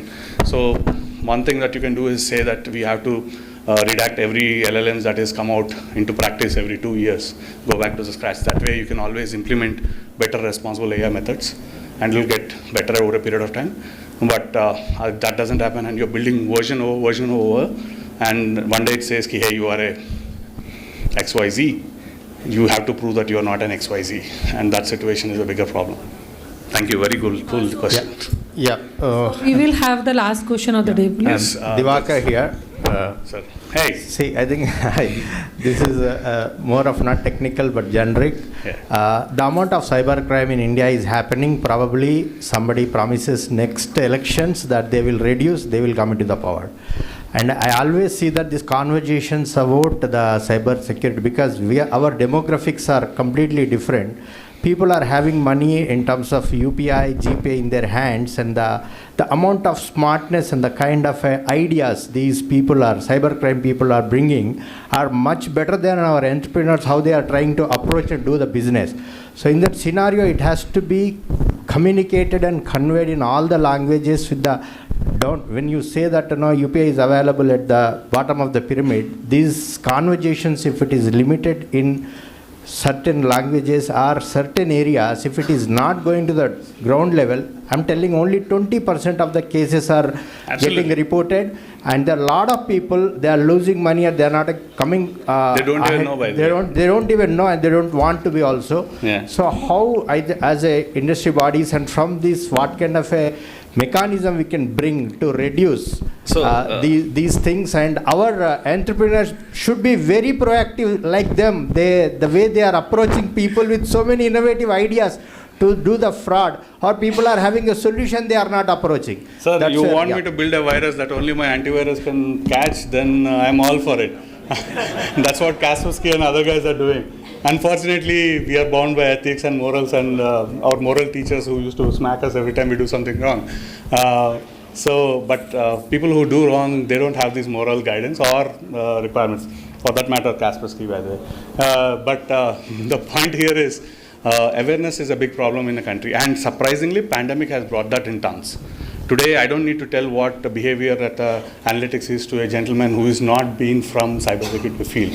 That level of awareness has happened, and it will still need to happen.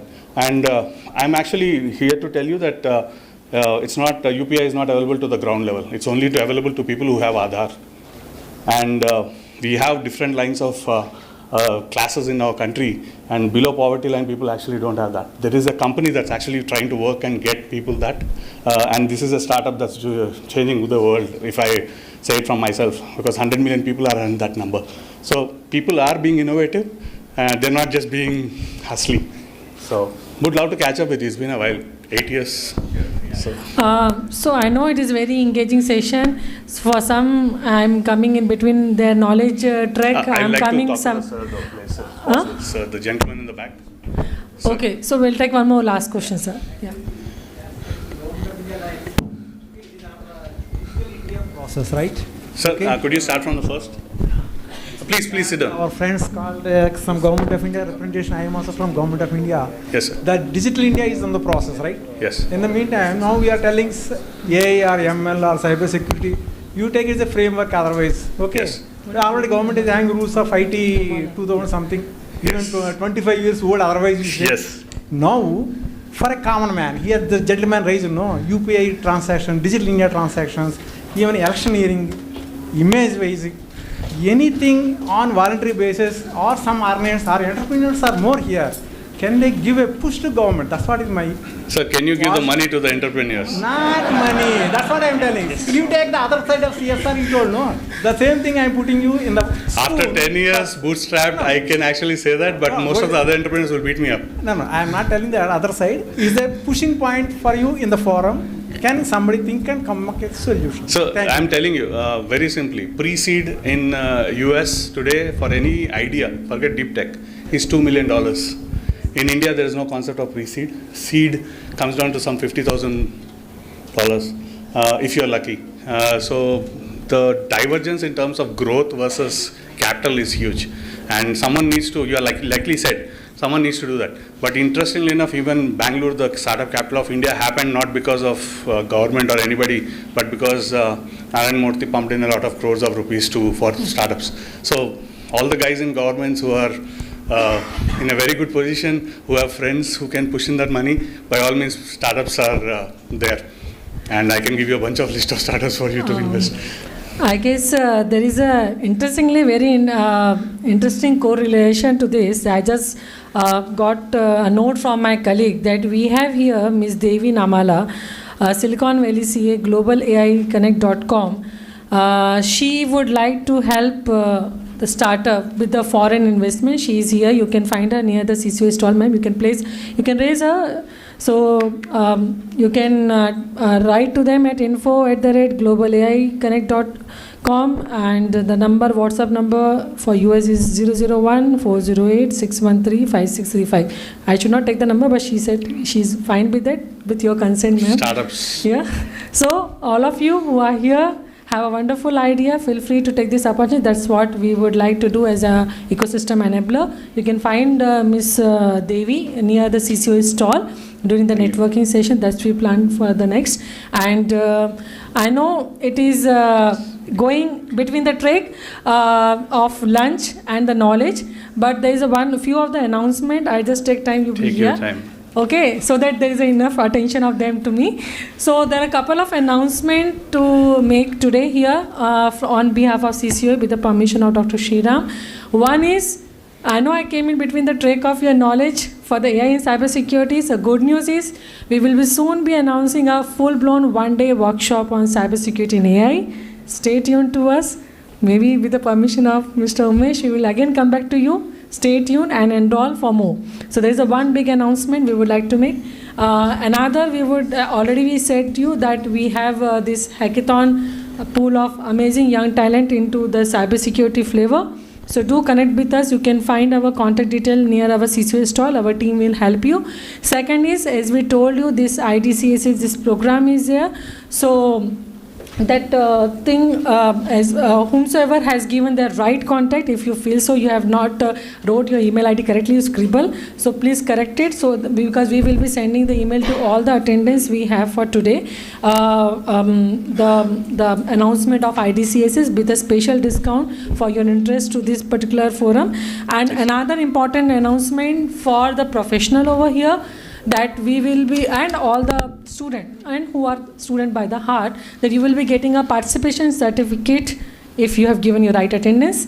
Okay, and second is, we will be also calculating and giving you the CPE points which you can claim to your respective forum, and the student can flaunt this certificate on their LinkedIn, Instagram and all that. So this is another big announcement of today. So please stay tuned for many such amazing benefit to the Cyber Forum. And now, sorry to take much time of yours, Mr. Umesh, I would like to call on stage Mr. Raidu, Dr. Sriram and Mr. R. Ravi Kumar, Senior Vice President from FTCCI, to please join us on stage and say our big thanks to Mr. Umesh Tota for being with us today. A round of applause for Mr. Umesh for such an amazing session. Thank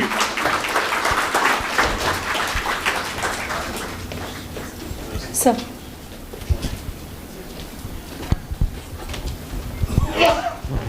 Please come.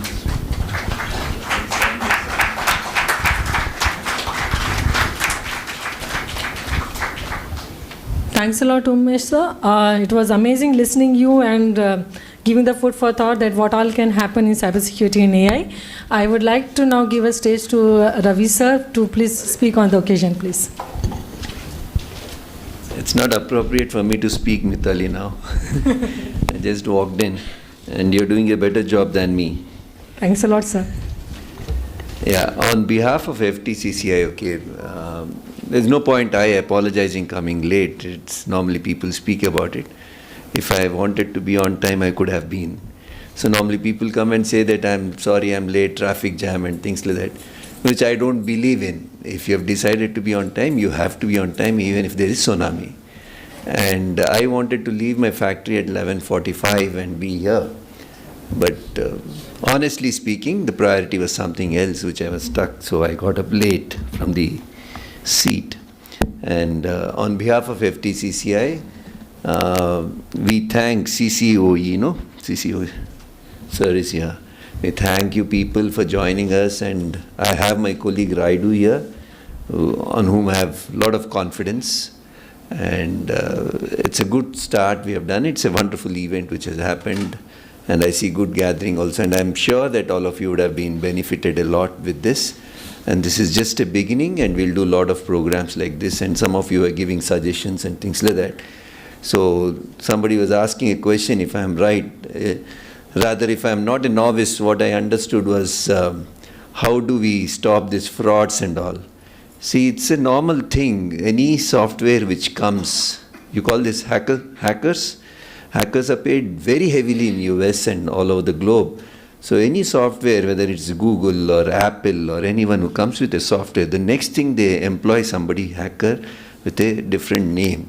So if somebody is smart than us, we should also work on it and see, propagate and help people to know more about all this UPI and things like that. And FTCCI, in collaboration with people, will ensure that this spreads.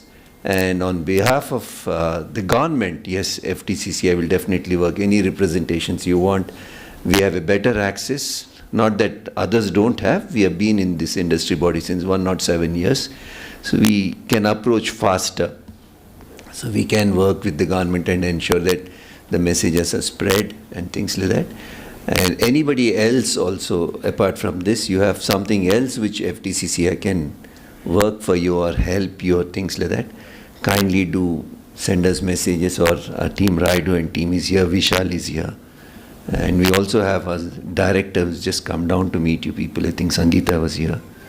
So please do connect with us. And I once again thank all the participants and the speakers who took time off to come and then address people and educate them. And I wish all of you have a wonderful lunch. Thank you. Thanks a lot, sir. Before we close, we would like to have a group photograph with FTCCI and CCOE member. Just a round of applause for the FTCCI team for giving such a venue and avenue to us. So Vishal, I request Sangeeta ma'am, Raidu sir, and Bala sir if he is here. And from Team CCOE, please call Sriram sir back to the room. Our two interns who helped me a lot, Manikanta and Aishwarya. And I request Hashita, Sai Krishna, Sai Prakash, Anirudh to please come on board. And anyone I am missing, Vishal, you please call. I think all are covered. Forgot Mitali. I am very much here, sir. Soul and whole of the event. Thank you. Sir is here. Next.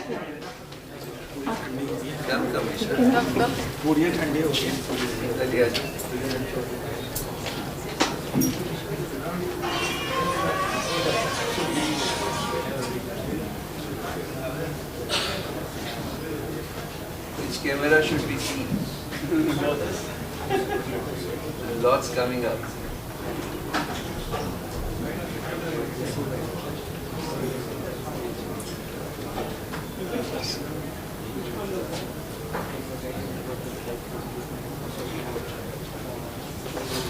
So thanks a lot, guys. A vote of thanks is left, so please don't leave. I request my colleague Sai Krishna to please deliver the vote of thanks. And it will be followed by vote of by the lunch and the networking lunch. So do utilize this opportunity to connect with your soulmate in the cybersecurity and AI.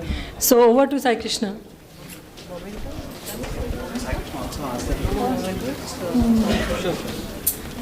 So I'll not take much of your time. So myself, I am Sai Krishna. I represent Cybersecurity Center of Excellence. I am the cybersecurity consultant here. So the time for food for thought is over. Now it's time for food for stomach. So I know that you guys are hungry and would be willing to leave. But firstly, I would like to thank FTCCI for giving us this venue and partnering with us to emphasize more on cybersecurity with respect to AI. And we would like to thank all our guests of honors who took their time off from their busy schedule to come and visit us. And thank you to all the panelists and also the cybersecurity expert, Mr. Umesh, who has joined us. One interesting info, actually Umesh was in Singapore. He traveled to India now for this sub-summit and he'll be leaving back to US again by this weekend. So I really appreciate you interacting with him more. Hope it was a very good session. So at the end of the day, every innovation has its own silver lining. So the more opportunities that it brings, it also brings us some challenges which are always with respect to cyber, especially in tech realm. So we hope you guys had a great interactive experience and thank you all and all the people who partnered with us to make this event a grand success. Thanks a lot, guys. Thanks a lot. Thank you, Krishna. So Krishna is our technical expert from CCOE. So if anyone has something to discuss on cybersecurity and AI, so Krishna can help from the team CCOE, and also Hashita is our incubation manager. You can connect with her, and I anyhow will be there in and around the event. And this is a small feedback QR code. It is a secure code. I guess my team has taken care. So please do give your feedback so that we ensure that we come up with an improvised version of the event in the future. So please don't miss out. Give a feedback, or otherwise we will give only discount code of upcoming event based on the feedback given.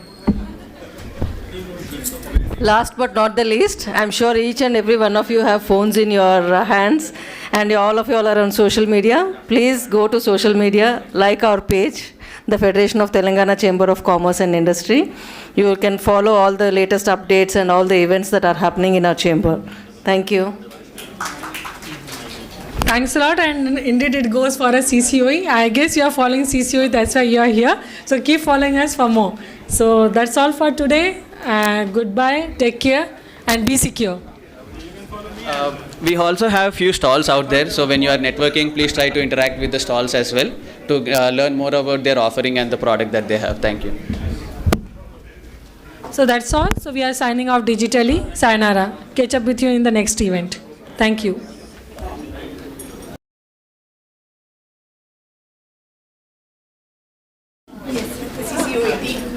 Come first. We are from Indian Degree College. I'll